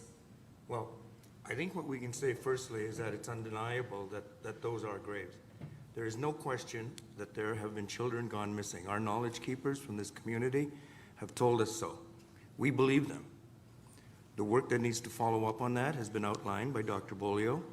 It is difficult work, but I think what you have borne witness today is a diligent community, is a powerful community that has worked extremely hard at revitalizing themselves, not just their culture and their language, but indeed their families and their people.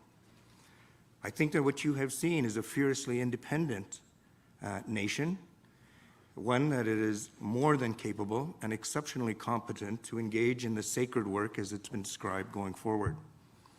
We are ready to engage in this work, and we have the experts on hand to be able to get on with the identification of these individuals and to conduct, as would be culturally appropriate, what type of excavations or exhumations that we have to go forward in terms of identifying these souls.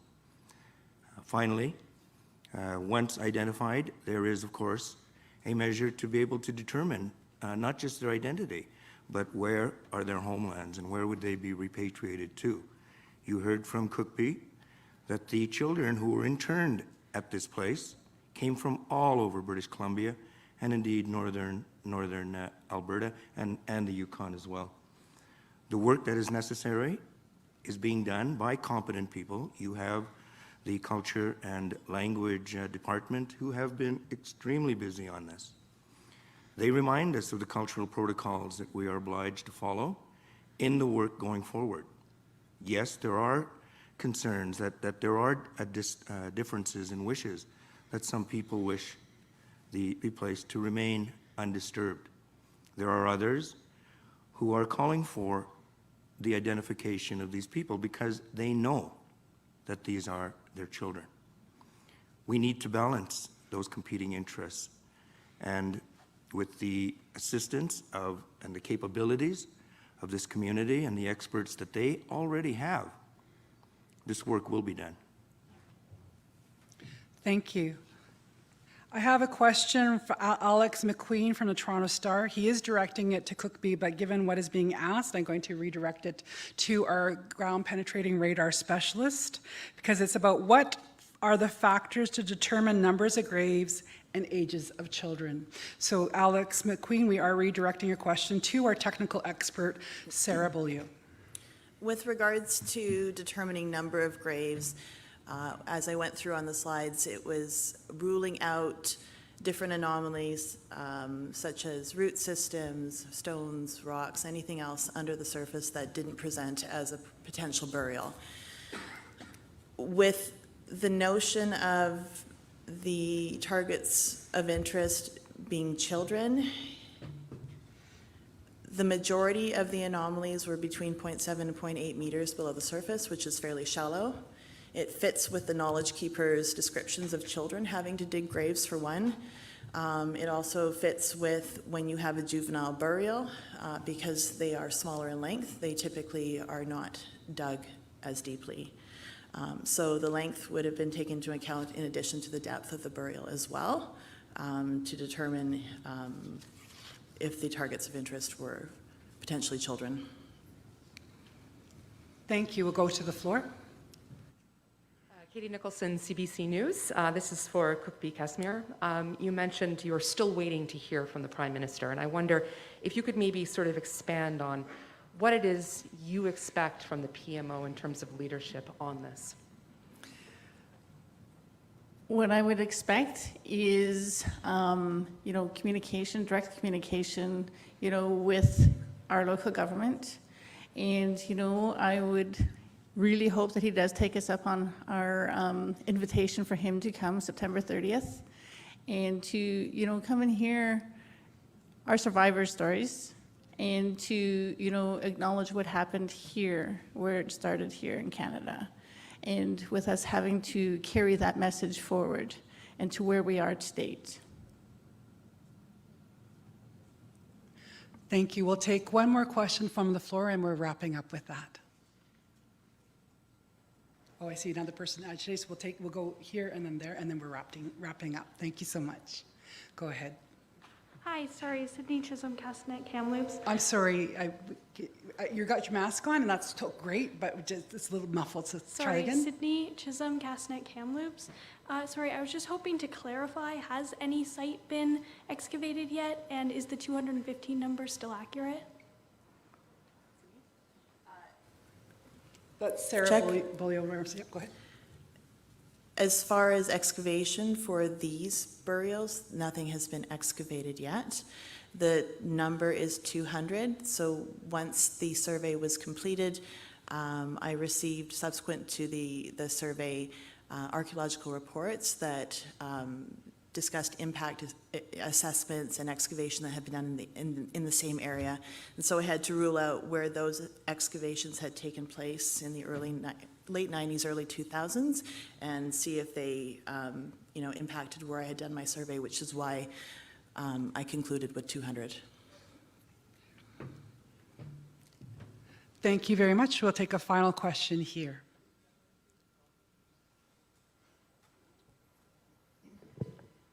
Thank you so much. This is Kim McCrail from the Wall Street Journal. This question is for Dr. Beaulieu, and I'm sorry if I'm not pronouncing that correctly. I'm just wondering if you could walk through a little bit about how you became involved in the first place.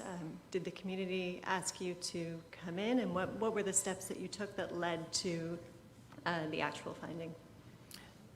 With this particular site, when I work closely with Dr. Eldon Yellowhorn at Simon Fraser University. He's a professor in the Indigenous department there, who has a relationship with Tk'emlúps Secwépemc here. And because of the work I've done and his knowledge of what I do with GPR, it was a recommendation through there where I was invited to survey for Tk'emlúps Secwépemc. Thank you very much to all the media, both online and in person. I am going to call up, if we still have present, all of the Tk'emlúps to Secwépemc Chief and Council back here, because we were missing a couple of our council members for that very first shot. We would like to get a shot of all of our our leadership from Tk'emlúps to Secwépemc to line up here one more time. I know so Sunny Leonard, Katie Godfredson, if you're still here, that would be great. Justin Godfredson, Marie Baptiste, Sunny Leonard, Jeanette Jules, if you could please come forward. We just want to make sure that we get that photo. And if I forgot someone, I'm sorry. It's been an intense morning. And again, thank you so very much for everybody who's joining here. You can make the noise that you wish. We're just going to take a photo up. We're going to take a tiny break for, I believe, our very first interview is with CBC National over here. If you want to set up over there, for the one-on-one interview, and everyone else that we will try and do our best to accommodate all media present here first, and then we're going to go to online. So we're going to have our, everybody lined up here, please, and we're going to excuse all of our speakers for today. Thank you so very much, and I'm just going to do a quick housekeeping of all the glasses of water.